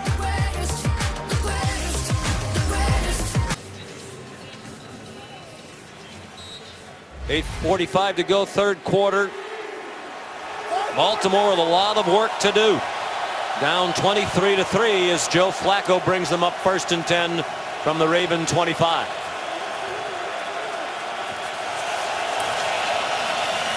Kenneth Dixon. Strong run. He got 9 before he got repelled. Shea McClellan in the middle of it again. Boy, he's had a second life here in New England. He was a first-round pick for the Bears and never really became what they thought he was going to become. But typical Patriot way, as you like to say, they identify a guy who think that would be good for them, and he has been.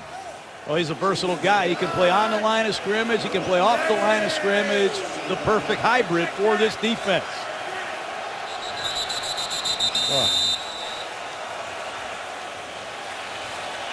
Flag down. False start offense, number 71.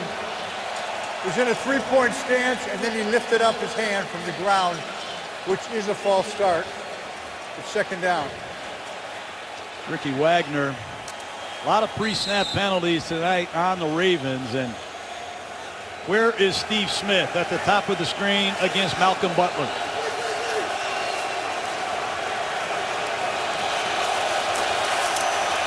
Flacco, I mean, they've been doing this all night. These little short throws that go for a yard or 2 or 3. Nick Boyle, the tight end, the catch. By the way, the 9-yard run prior to the penalty more than doubled the Ravens rushing total for the night. They had 8 yards rushing all night before Dixon went for 9 on first down. They got to pick up the pace. They're late getting out of the huddle, and you need time at the line to decipher who's coming and who's dropping on this Patriot defense. A lot of confusion right now on the Raven offense. Off a season high 496 yards of offense in their win over Miami last week. They've been held to 162 by New England tonight. 3rd and 3, very important, and they go deep down the field, and it's dropped. Mike Wallace couldn't hang on, broken up by Devin McCourty. Looked like it was going to be a big gainer for Baltimore. They show blitz, everybody bails out of there. I thought McCourty was late getting back to the post, and Mike Wallace can fly. That ball's underthrown by Flacco, and McCourty is able to make a play on it. You got to get that ball out there. Flacco normally hits that one. Well, would you be inclined for a fake here if you're John Harbaugh? Jerry Rosberg, the special teams coach. Nope. Cook kicks it low, end over end. And Jones, that might have hit his foot. Boy, he's had one catastrophe after another. The Ravens are on it. Whose ball is it? That's Baltimore's ball. Boy, they keep putting him back there in part because they don't have other options, and he just keeps struggling on the punt returns. That's total carelessness by Jones in a 20-point ball game. Get away from the ball. Credit Cook, the punter, for kicking an oddball punt to the rookie Jones. He knew he had been struggling. He made a terrible decision. Chris Moore got on it. Well, 3 different Patriots prior to tonight. By the kicking team. It's their ball, first down. Have taken cracks at returning punts, and Patrick Chung made it 4 tonight, and 3 of the 4, with the exception of Chung, have fumbled at least once on punt returns. They've had 7 fumbles on punt returns this year. That leads the league. That play counts as a fumble. Cyrus Jones prior to tonight had handled 12 punts and fumbled 3 times. Amendola 25 punts, fumbled twice. Edelman had handled 11 punts and fumbled once. They don't want to put Edelman back there because of the injuries to others. They can't get him banged up on a punt return. 65-yard punt. Huge break for the Ravens. Can they punch it in? Not on that play. Off the hands of Darren Waller with Logan Ryan in coverage. Baltimore has to take advantage of this gift. Waller, a former receiver at Georgia Tech, making the conversion to tight end. Got to snatch it. Who's going to make a play for Baltimore tonight on offense?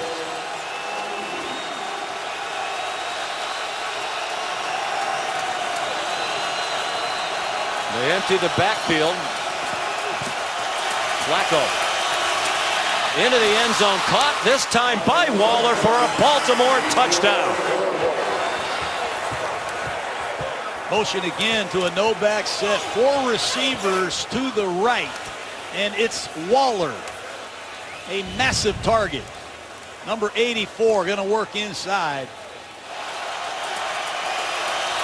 Good pass protection, good throw by Flacco. And I doubt you'll see Cyrus Jones back there returning punts anytime soon. Nope, they'll keep trying. And apparently he doesn't have the problem in practice. Because you know if he did, then he definitely wouldn't be out there. I mean, it's unbelievable.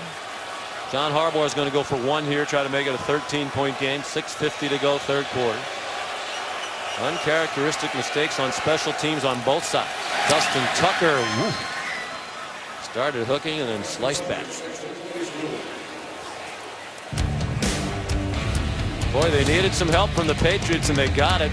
The rookie out of Alabama, Jones.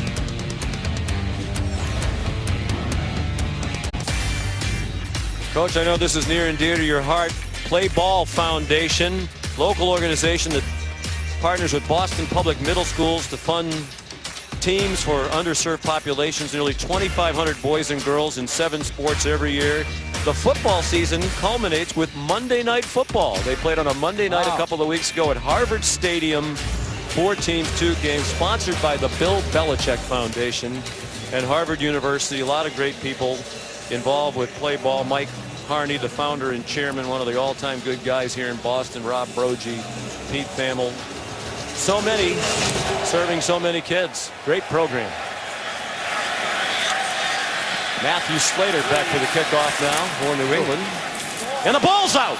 And the Ravens have it. Another special teams mistake by New England from a Pro Bowler, Slater, who's ordinarily not a return man. Sharice Wright comes up with the loose football. Slater's been inactive. He's been hurt.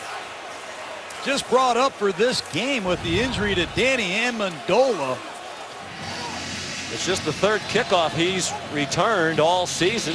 I think it's Juszczyk. Yep. Juszczyk makes his presence felt as a receiver, now on special teams. And you don't want to give Joe Flacco, a world champion quarterback with this pedigree, this kind of an opportunity. Flacco is a flatliner. He feels no pressure, and he's used to coming here in big situations and winning.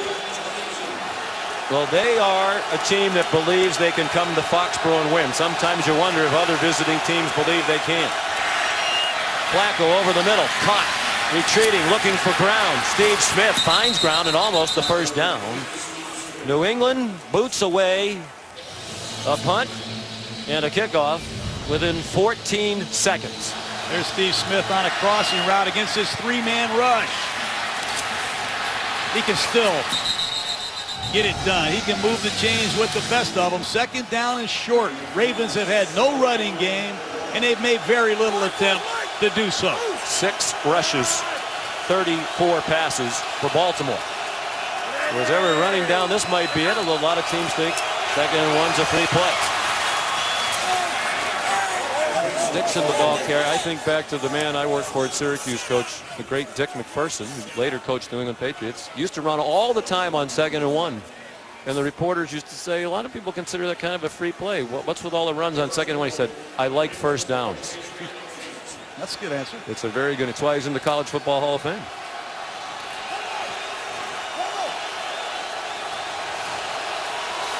First and goal, Baltimore. On the ropes several times tonight. Pressure up the middle. Flacco's throw too high. A lot of bodies in the middle of the field in the general direction of Steve Smith. Doing a nice job against Dennis Pitta, their leading receiver. Patrick Chung coming close to the line of scrimmage, choking Pitta, not letting him get off the line of scrimmage, and he's making Joe Flacco look for some other Raven targets. A lot of 3-man rush from the Patriots. Hard to find an open man.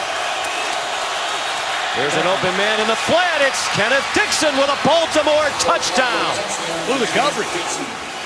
The one time they blitz, they don't cover the back out of the backfield, and Joe Flacco has Baltimore right back in the game. No idea who's covering Dixon out of the backfield. You see McCourty, number 32. It looks like it's his coverage. He covers the tight end. He and Dante Hightower, 54, are not on the same page. A lot of mistakes from the New England Patriots after a 23-3 lead. Tom Brady, an interception in the end zone, a fumbled punt, a fumbled kick, blown coverages. Bill Belichick can't believe it. 2 touchdowns in 1 minute and 26 seconds. Justin Tucker just inside the upright. And a long way to go. It's shaping up as another dandy between the Ravens and the Patriots. One of the great special teams players in the league, Matthew Slater, with the most recent Patriot mistake. And Baltimore capitalizes. They're not afraid to come to Foxborough. Patriots in the Belichick-Brady era, 15-3 at home in playoff games, but 2 of those 3 losses are against the Baltimore Ravens. Ravens, as we said, have played here in the postseason 4 times since 2009. They've won 2 of them, including after the 2012 season when they went on and won the Super Bowl. The only other postseason home loss for Belichick and Brady in Foxborough to the Jets. And the Ravens are right back in this game that has a playoff feel. And mock cheer goes up from the crowd. Dion Lewis is only a yard or 2 in the end zone and took a knee. They want no part of a potential problem. And if I'm head coach John Harbaugh, I go over to Terrell Suggs, C.J. Mosley, Doomerville, and I say, okay, now it's your turn. They have a lot of very good players on this defense. They have not played their best game at all tonight. But Suggs has new life. Jernigan has 5 sacks. This is a defense that has created turnovers and done an excellent job of getting after quarterbacks. Now's the time to do it. 4 down, Lion.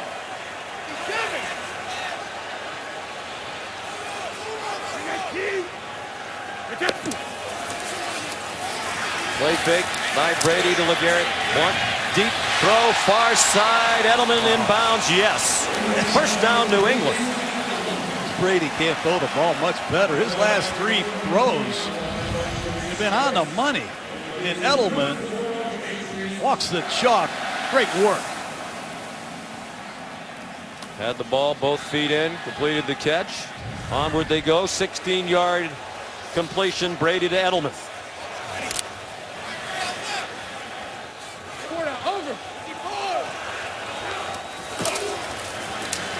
Blunt showed that shiftiness at 250 pounds. A sharp cut to the right. Finds some room out just short of the 45-yard line.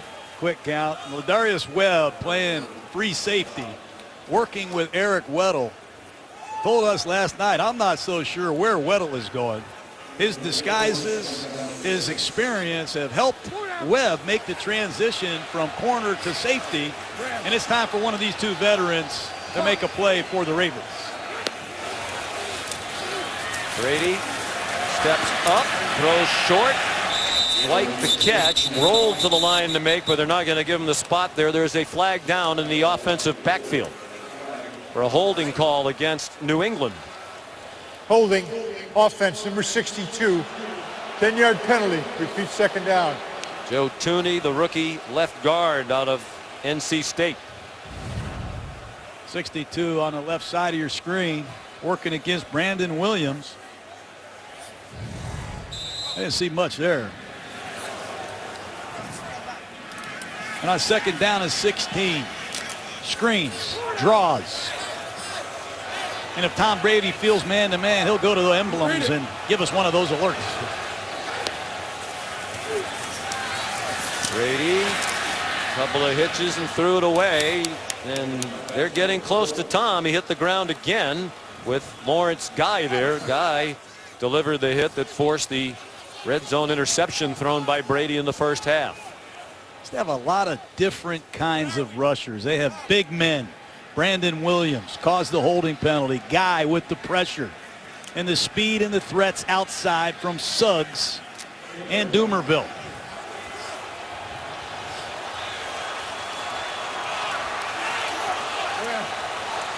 You can feel the uneasiness in the crowd now. New England cruising for a long time, but they've made mistakes that have helped bring Baltimore back. Brady throws short, juggled. Hogan work to do, and he's tackled well shy of the first down as Rod Powers rallied to the ball at the 45-yard line. And Sean, it's another mistake by New England. You have a short yardage situation, you commit a holding penalty, and it allows Powers to blitz at the bottom of the screen. Brady's forced to uncomfortably get rid of the football short of the first down. Ryan Allen, low end over end punt.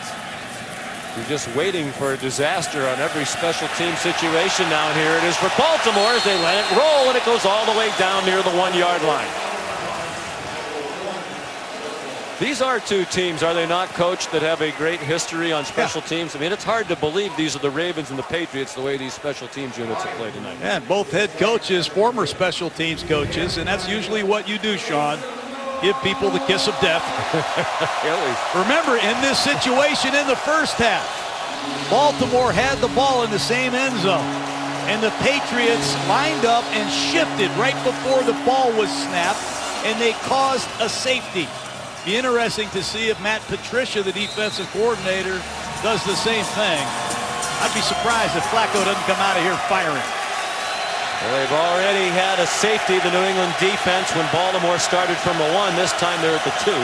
They've had 3 safeties this year, New England. The record is 4 in a single season. Big hole and a strong run, nearly 9 yards for the rookie Kenneth Dixon, taken down by Patrick Chung. Run right behind Marshall Yanda. He is the best offensive lineman on the Ravens. And after Jonathan Ogden, I'd say he's the best offensive lineman in Raven history. He pounds Malcolm Brown. Tough guy. Bad shoulder, switch positions just so he could keep playing. I wish I had him on my team. Nick Boyle, the tight end, motion back toward the snap. Good job by Dixon to hang on. They were trying to knock it out. He got plastered. It's Dixon for a rookie. I mean, 87 touchdowns at Louisiana Tech. Last few weeks, he has run the rock well. He's earning more opportunities in his Raven backfield.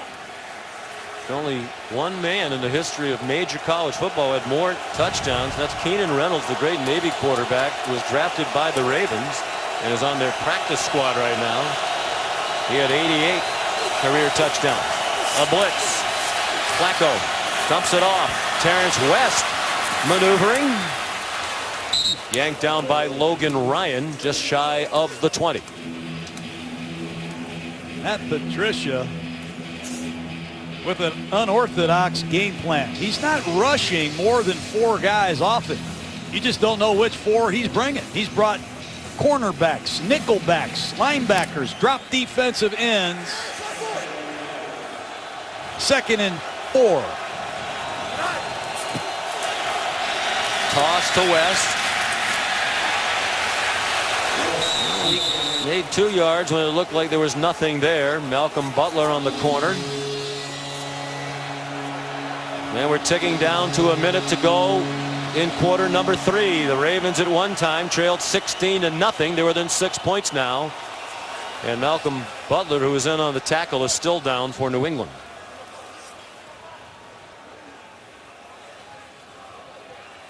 Toss sweep right at Butler. Over 70 tackles last year. This man loves the briar patch, and let's see how Butler is. He clearly the number 1 corner. They're missing Eric Rowe, who started the last few games. Rowe's out with a hamstring injury. Very few had heard, even here in New England, had heard of Malcolm Butler before his heroics in the Super Bowl, the interception against Seattle, when it looked like the Patriots were on the verge of defeat. Big hand for Malcolm as he gets up. And back then he was a role player, Coach. Now he's their best corner. Yes, he is. And this goes to show you players come from all over the place. West Alabama. Super Bowl hero and Cyrus Jones playing cornerback at the bottom of the screen. Number Big 31. Third down. Crowd Yes. knows it. They're involved with under a minute to go now in the third quarter. 31 is Jonathan Jones. Two backup defenders at the bottom of the screen. I'd work them.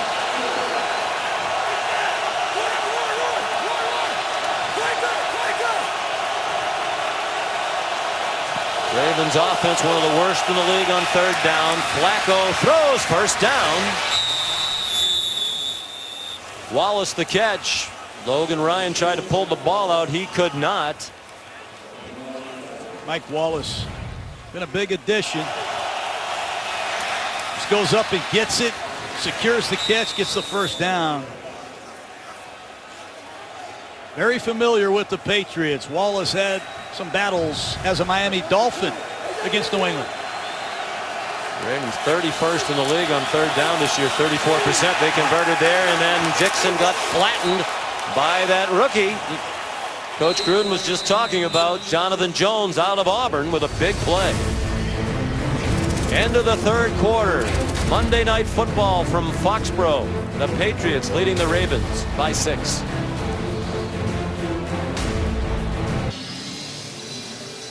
Well, it looked like the Patriots had control of the game early. It was 16-0 late in the second quarter, and they were in the red zone again. Tom Brady threw an interception. The Ravens got 3 before the half, and they've taken advantage of more New England mistakes here in the second half. Belichick and the Pats leading 23-17 as we go to the fourth. 2nd and 14 for Baltimore. This possession started from their own 2. They're at their own 23. Flacco dropped. Kenneth Dixon tried to run before he caught it. Three-man rush, nowhere to go. Joe Flacco checks the ball down in the flat. Dixon took his eyes off it before he ran. 3rd down and 14. New England is going to rush 3, and they're going to have 8 Patriots in coverage, reading Joe Flacco. 3rd and 14. 3-man rush. They dump it over the middle, hoping Mike Wallace can run for a while. They missed some tackles, and now he's trying to find some room. The ball sheared, slowed him down long enough to allow Jonathan Jones to get there. Anxious moments for the Patriot defense, but they did stop the speedy Wallace shy of the first down. Jonathan Jones missed that tackle, and he made up for it with great effort. Watch Jones in the slot. It's going to be a designed block screen, shallow cross. They throw the ball. Jones misses a tackle. A lot of guys would quit. He keeps hunting. He crosses the field and runs down to Speedy Wallace. Great work by Jones. Not surprising, Cyrus Jones not back for this punt. Julian Edelman is with Patrick Chung. Sam Cook's punt. Out of bounds, far sideline near the 22. They're going to mark it at the 23. Well, we showed you their record when leading at the half. 85 straight home games in the regular season, one won the halftime lead. That number is 90 straight regular season home wins when leading entering the fourth quarter. That is by far the all-time NFL record. It's hard to be successful in this league to start with. 4 down. Very hard to sustain the level of success that Tom Brady and Belichick have. And they finish this one. McGarrett punt. Elvis Dumerville said that's enough after a 2-yard gain. Dumerville broke a Raven record a couple years ago with 17 sacks. Just happy to be back out on the field playing again. He's been battling a foot problem. And on 2nd down and 8, will defensive coordinator Dean Pease, the ex-defensive coordinator of the Patriots, bring it. Here they are in a double-A gap blitz.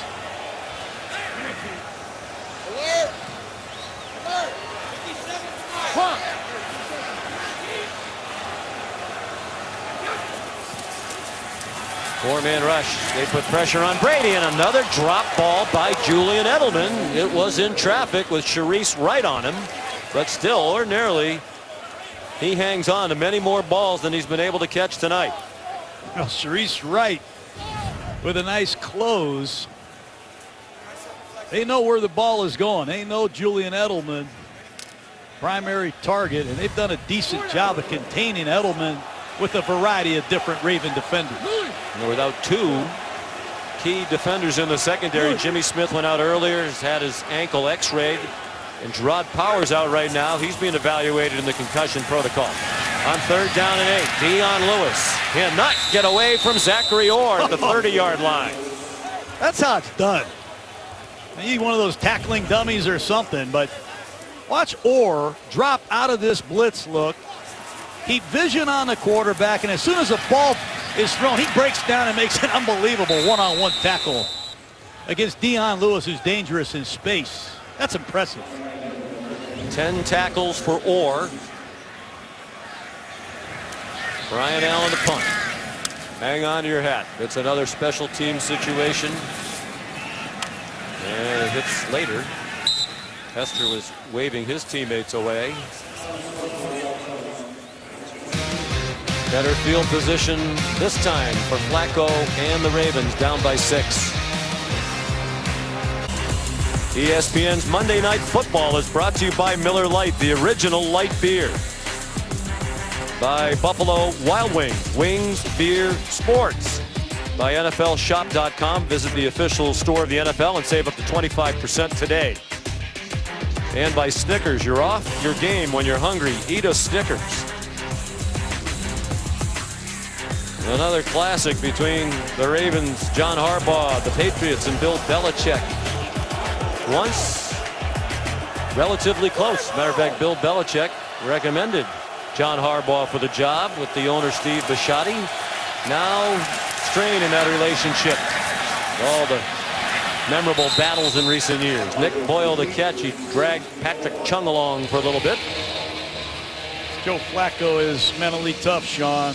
Overcame a serious knee injury in week 12. He's had 5 different offensive coordinators in 5 years. I don't know how many different receivers have come and gone. Even Ray Lewis's old teammates criticizing him. But here he is in the 4th quarter with the Ravens right in it in Foxborough.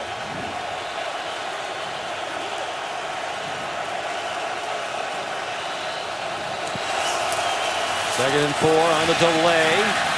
That running play works well. First down, 5-yard gain before Kenneth Dixon got knocked down by Jabal Sheard, and there is a flag back in the offensive backfield. That's a false start on Flacco.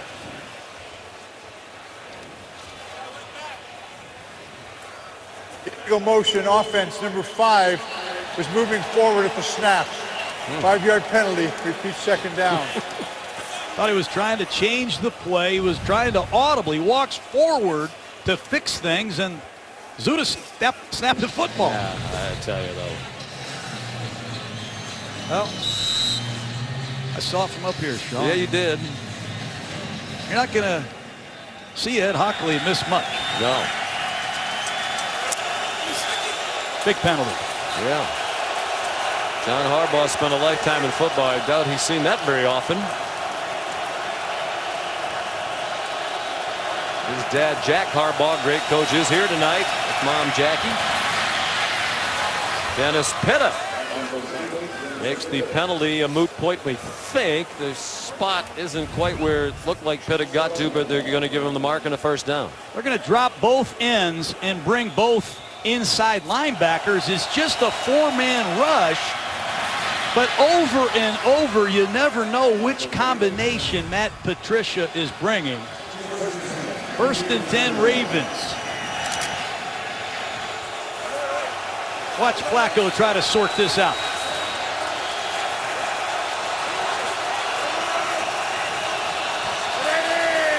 I got it. 11 minutes to go. Dixon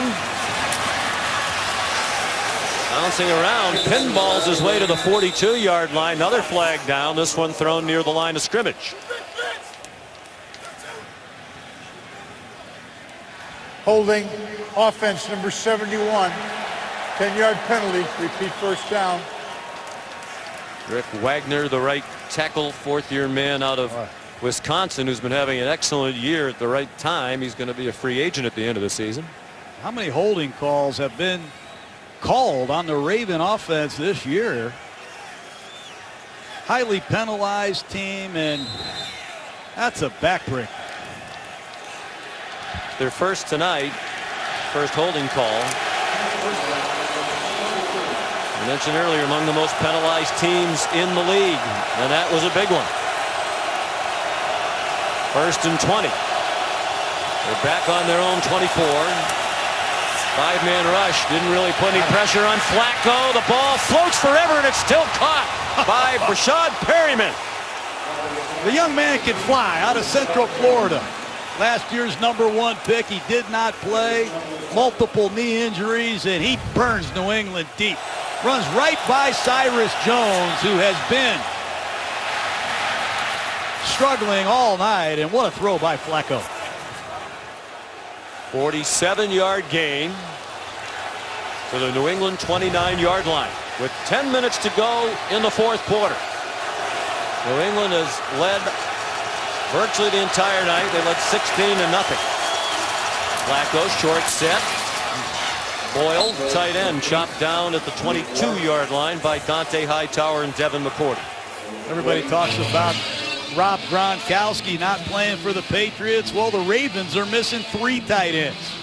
Benjamin Watson, a big offseason acquisition, has not played. Max Williams, a high draft choice. Crockett Gilmore. And it's Boyle, number 86, taking Baltimore home. Who'd have thought it?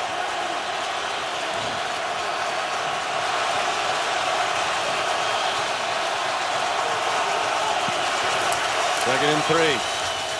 Inside. 6, and boy, does he work hard. Not that big. They list him at 5'10", 212 pounds, but he was sturdy on that run. Running right behind Marshall Yanda, Sean. They got a double team at the point of attack. They bring their right guard pulling around the horn, and Marshall Yanda. I don't know how many positions I've seen him play. Well, but what John Harbaugh told us here, he was out with that injured shoulder, Pro Bowl right guard. Harbaugh said Yanda called him. He was watching the Iowa-Michigan game, and while watching the game, he said, you know what? I can move to left guard. My shoulder won't hurt if I play on that side. Of course, he enjoyed the Iowa-Michigan game. He's an Iowa guy. John Harbaugh did not, as his brother Jim's team went down to defeat. Alan Branch took down Kenneth Dixon. The Ravens on the move, trying to punch it in and take their first lead of the night. I think Baltimore's found themselves a young running back, and on second down and 5, this is a good opportunity for a play action pass in this 2-back set.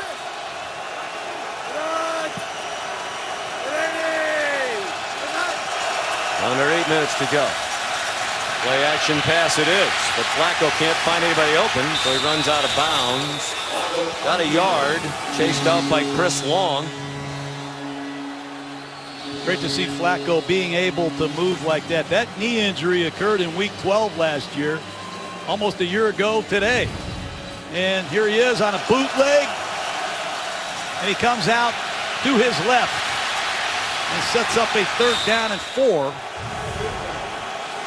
Dennis Pitta checking back into the game. Had 2 touchdowns last week against the Miami Dolphins. Will Flacco look for his leading receiver? John Harbaugh running down the sideline. Might he use a timeout? Yes, the play clock was at 2.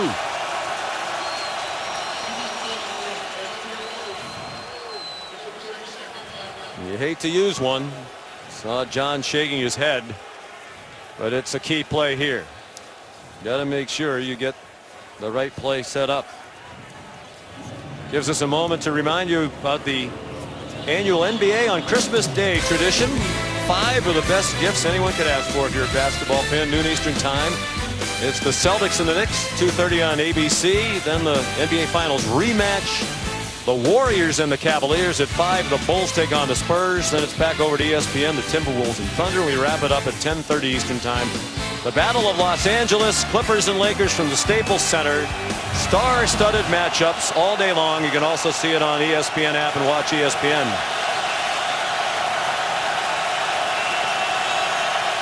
3rd down and 4 midway through the 4th quarter. New England blitzes. Flacco in trouble. Flacco is sacked back at the 20-yard line. Rob Ninkovich. Trey Flowers, Chris Long also putting pressure on. Boy, Rob Ninkovich, they bring the heat on 3rd down, and Ninkovich, who missed the first 4 games after being suspended, comes inside on this stunt. He comes all the way around the horn to get the Flacco. There were 4 Patriots on that sack. Justin Tucker, 1 out of 2 tonight. His first miss of the season was blocked. They made one from 50. This is from 38.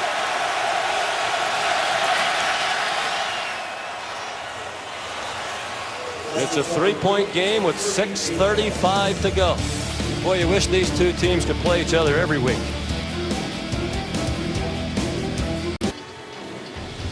Ravens started the night needing a win to move back into a tie in the AFC North with the Steelers, and technically the Ravens would be in first place. They own the tiebreaker, including the head-to-head win with Pittsburgh, and with that matchup week 16 on Christmas between the Steelers and the Ravens in Pittsburgh looks huge. The Ravens certainly have a tougher schedule remaining than the Pittsburgh Steelers. Of course, whichever team doesn't win the division is in the wild card hunt.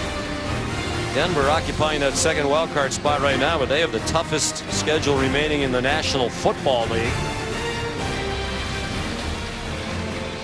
Bill Belichick and the Patriots led 16-0 and were poised to score again. An interception thrown by Brady helped to turn this game around. Uncharacteristically mistake-prone New England with James White on the return. And well covered by Baltimore. Sharice Wright made the tackle. 6:28 to go. Tom Brady, the New England offense, now protecting a 3-point lead after this. Our coverage from Skycam tonight is brought to you by American Express. 1st and 10 New England. Patriots at their own 21. What was a 20-point lead is now 3. 6:28 to go in the 4th quarter. Tom Brady after the play fake. Deep pass, man running open. Chris Hogan off to the races. Touchdown New England. No flags on the play.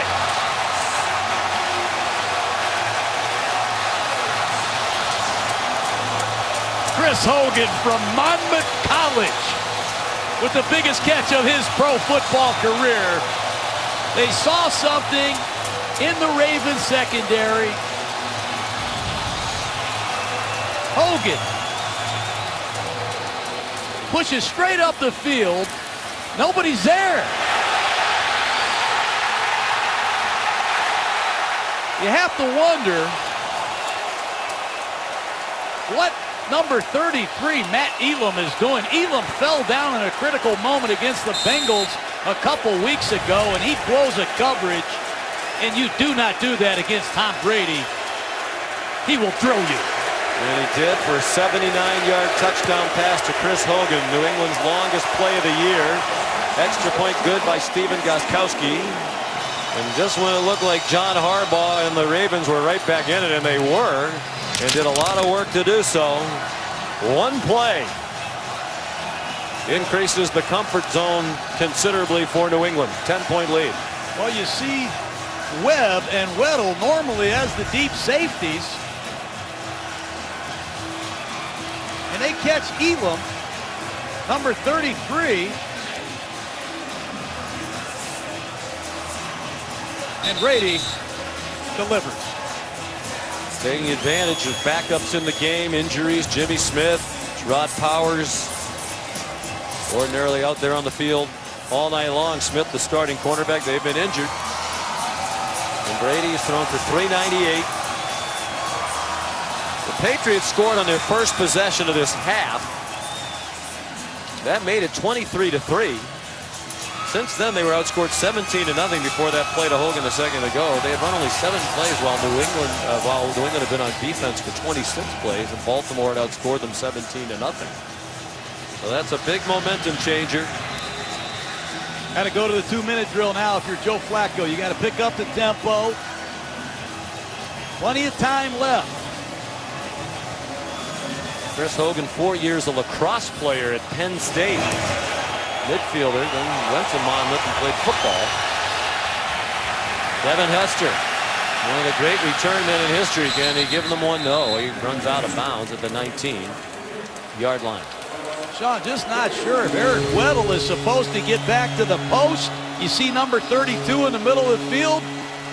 Or if it's Elam on the right side of your screen, number 33 that blows at coverage, but that's ridiculous. In a 23-20 game against Tom Brady. Now it's Flacco's turn. And Hogan, another example of a guy New England identifies on another team. You know, you caught 36 balls last year for Buffalo. They gave him $12 million. 3 years, $12 million, 7.5 guaranteed. That surprised a lot of people. Buffalo wasn't going to match that. And now, boy, are they delighted they have him, particularly with all the injuries. He's no longer a role player. He's a key player. Incomplete pass intended for Kamar Aiken. Got to pass protect now if you're the Ravens. And I can't reiterate it enough. The Patriots not taking a lot of chances. When they did blitz and play man-to-man earlier, they blew a coverage. I expect to see a lot of 3- and 4-man rushes. You just don't know which men are coming, but they show pressure on almost every single play.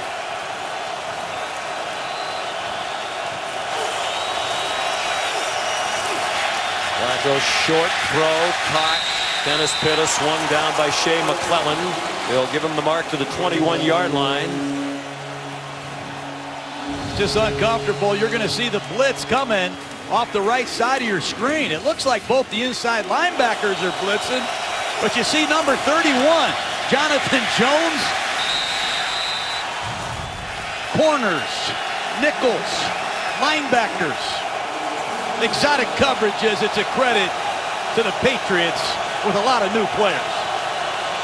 Third down, Flacco and the Ravens really have to have here with 5.5 to go. Deep drop. A height spiral on target. Mike Wallace to the ground to make the catch, and he is unflappable, Joe Flacco. He's got a cannon too. He's unflappable, but he let that one rip, and right out of the break, Mike Wallace goes down to get it. Let's see what's wrong with Wallace. Slow to get up.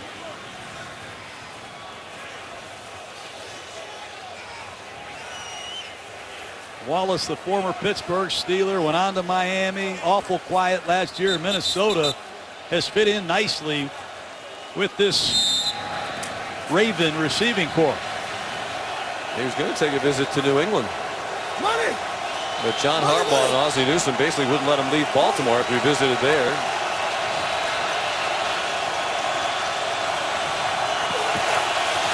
Blitz off the corner from Logan Ryan. They throw it to the other side. Wow, look at the leg drive again by Kenneth Dixon to get extra yardage in the arms of Chris Long. We're inside of 5 minutes to go now.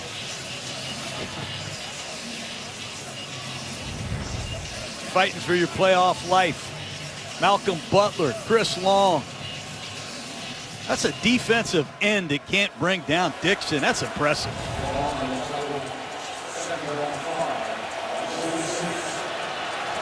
Second and 5. Late pressure from the secondary. Kyle Juszczyk upended. Chris Long again. Like Chris Long, Sean, he doesn't even rush. I mean, he spends most of this game dropping in coverage. This is Chris Long, the ex-St. Louis Ram, who had 50 sacks in his first 6 years. He's dropped into coverage more in this half than he's probably done in his life. Haven't seen him much on Monday Night Football. He was a St. Louis Ram prior to this year. He hasn't appeared on Monday night more than 3 years, but in that game against Seattle, he had 3 sacks against Russell Wilson. Flacco throws, good adjustment to the ball, and a juggling catch made by Steve Smith at the 29-yard line. Steve Smith, he used to do that to me. He used to really bother me late in games. It's a fly stop. They throw this on the back shoulder, and you can't do it much better than that. Beautiful throw by Flacco to Wallace. That time it's a back shoulder ball to Steve Smith. This man can make any throw. You cream up. Ravens need to pick up the pace here. Down to 4:04 to go. Of course, the clock stopped here, so they don't need to go quickly now. But the rest of the way, they can't afford to linger too much. They need 2 scores. They are in field goal range for Tucker. Short throw. Dixon. Boy, it's hard to get him down. Marty Morningwig, the new offensive coordinator now, calling the plays from the sideline in this up-tempo offense. Got to get him in, got to get him up and at him. Done a nice job in a tough situation. Got to get some points on the board fast. They fired Mark Trestman after 5 games. Last time John Harbaugh did that, he let Cam Cameron go late in the season. They wound up winning the Super Bowl.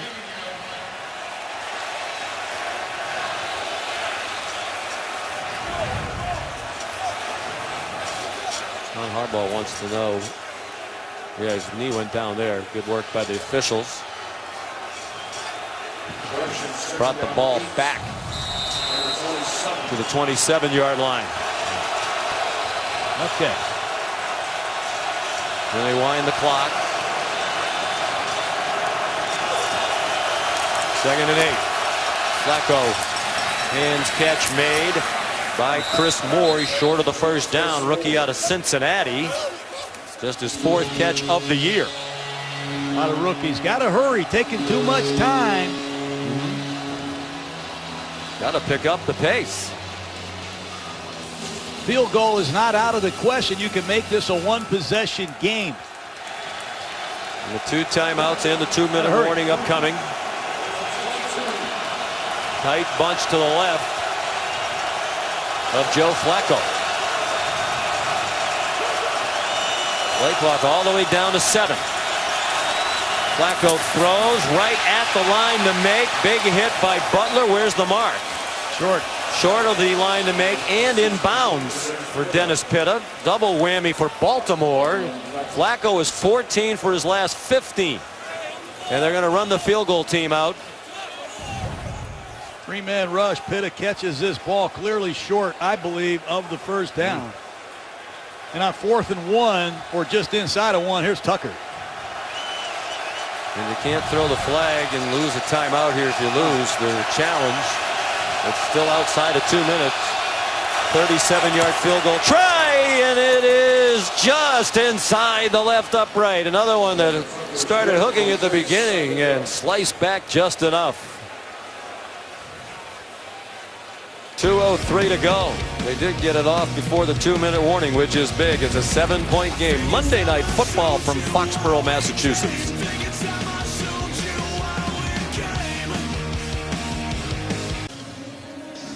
These are 2 coaches with significant backgrounds as special teams coaches. And John, this is a very interesting situation here. 2:03 to go. New England's lined up. They're expecting an onside kick, but Baltimore has the 2-minute warning and 2 timeouts. It looks like they are going to onside kick it. Tucker runs over the ball one way, rolls it another way, and never got off the ground. Pretty easy. I'm surprised. I mean, if you kick it out of the end zone, the clock doesn't start. You still get the 2-minute warning, and you have your 2 timeouts. Well, you need a touchdown. I like the call there. I didn't necessarily like the kick. I've seen Tucker do better than that, but it's easy to second guess, but you need a touchdown. Yeah, just never got the hop he was looking for, and Patrick Chung had a relatively easy play. But if you kick it out of the end zone, the clock never moves. 2 minutes. You get the 2-minute warning, you get 2 timeouts. You might make them punt from deep in their own end. Well, you have to be in an all-out run-stopping mode right here. They're going to have to run a play before the 2-minute. Well, that's a break that they did catch. Yeah. That only took 2 seconds. They've got a chance to get the ball back. Likely in very poor field position. How will New England play it? They're not throwing. Edelman, did he stay in bounds? Yes. Dangerously close to the sideline. It wouldn't have mattered anyway because the 2-minute warning is here. Over 400 yards passing against the Baltimore Ravens. Only Brady. 2-minute warning here in Foxborough. Hi, everybody. I'm Steve Levy. I'll be joined by the fellas here on the field for the GMC postgame report and on SportsCenter with Scott Van Pelt. His take on the firing today of Jeff Fisher. And also, SVP's one big thing will be on the end of the drought for Army. We'll see you for SportsCenter at night immediately following the game. Sean and John, bring us home. Another good one. That Army-Navy result made Bill Belichick unhappy. He grew up largely at the Naval Academy. His dad, Steve, a coach there for 33 years. 2nd down and 2, 1:55 to go. This was the 2-minute warning stoppage. LeGarrette Blunt into that. Raven defense just runs them over for a big first down to the 33-yard line. You make this tackle at home. No, thank you. I mean, this is a reverse pivot, power play, left guard, Tooney pulls. Oh, man. LeGarrette Blunt doing his thing in New England. Second 1,000-yard season. Tied to great Curtis Martin tonight. More touchdowns. And his first 1,000-yard season, as you see, was in 2010. That was as a rookie in Tampa Bay. He's had an interesting career. He was in training camp that year, 2010, with Tennessee. They let him go. He went to Tampa Bay, had the 1,000-yard season. He wound up with New England. He went to Pittsburgh. Now he's back in New England.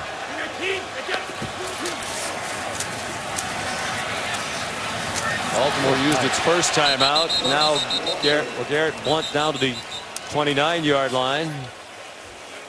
And John Harbaugh will use his last timeout. Lardarius Webb made the stop for Baltimore. Well, there's a race for the #1 seed. New England in that position. They're the only team with as few as 2 defeats, and it looks like it's going to stay that way. Kansas City on the Patriots' heels.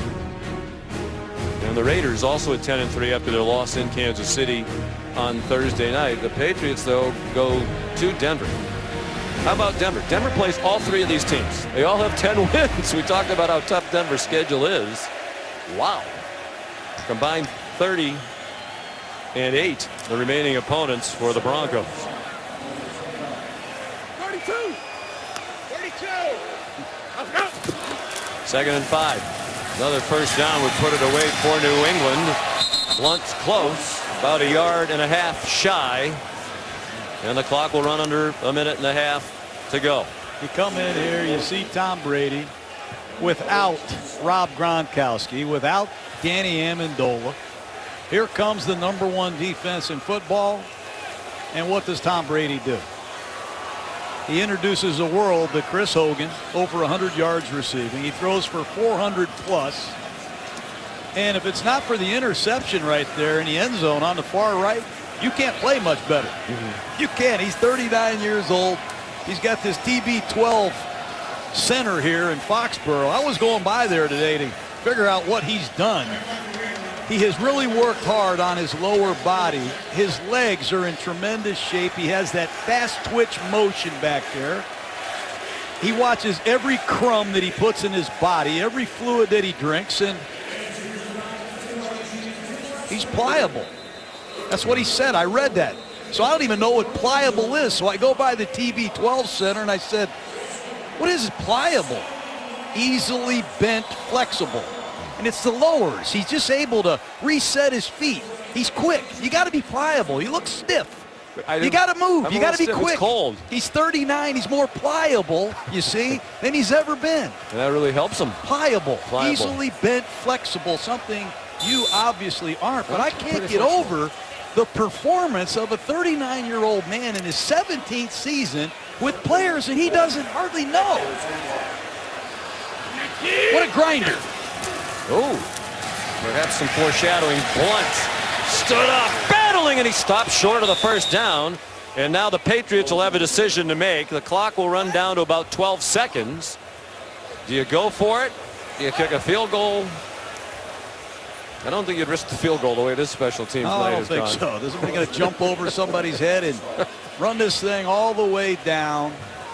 Tom Brady probably will drop back to pass and throw the ball out of the end zone, or maybe one of those, who knows, with Coach Harbaugh. I saw them run around with a punter for about 15 seconds at the end of the game. Held everybody to close out their game against Cincinnati.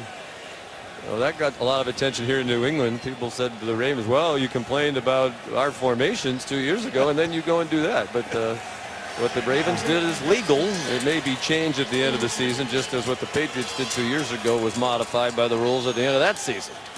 They're going to go for this, I think, with LeGarrette Blount. Remember a couple weeks ago against the Jets, Tom Brady in this situation with one of the great hard counts got Muhammad Wilkerson of the Jets to jump off sides in a 4th and 1 situation. Josh McDaniels has been with Brady a long time. And what a job McDaniels has done. We have not given him the credit that he deserves. 40 years old now. Matching wits with a really good friend, Dean Pease, who was on the New England staff. Being left of his own volition. With no animosity at all toward New England. It's a personal matter. Trying to get the Ravens to jump. They don't, so they give it to Blount, who puts it in the win column for New England.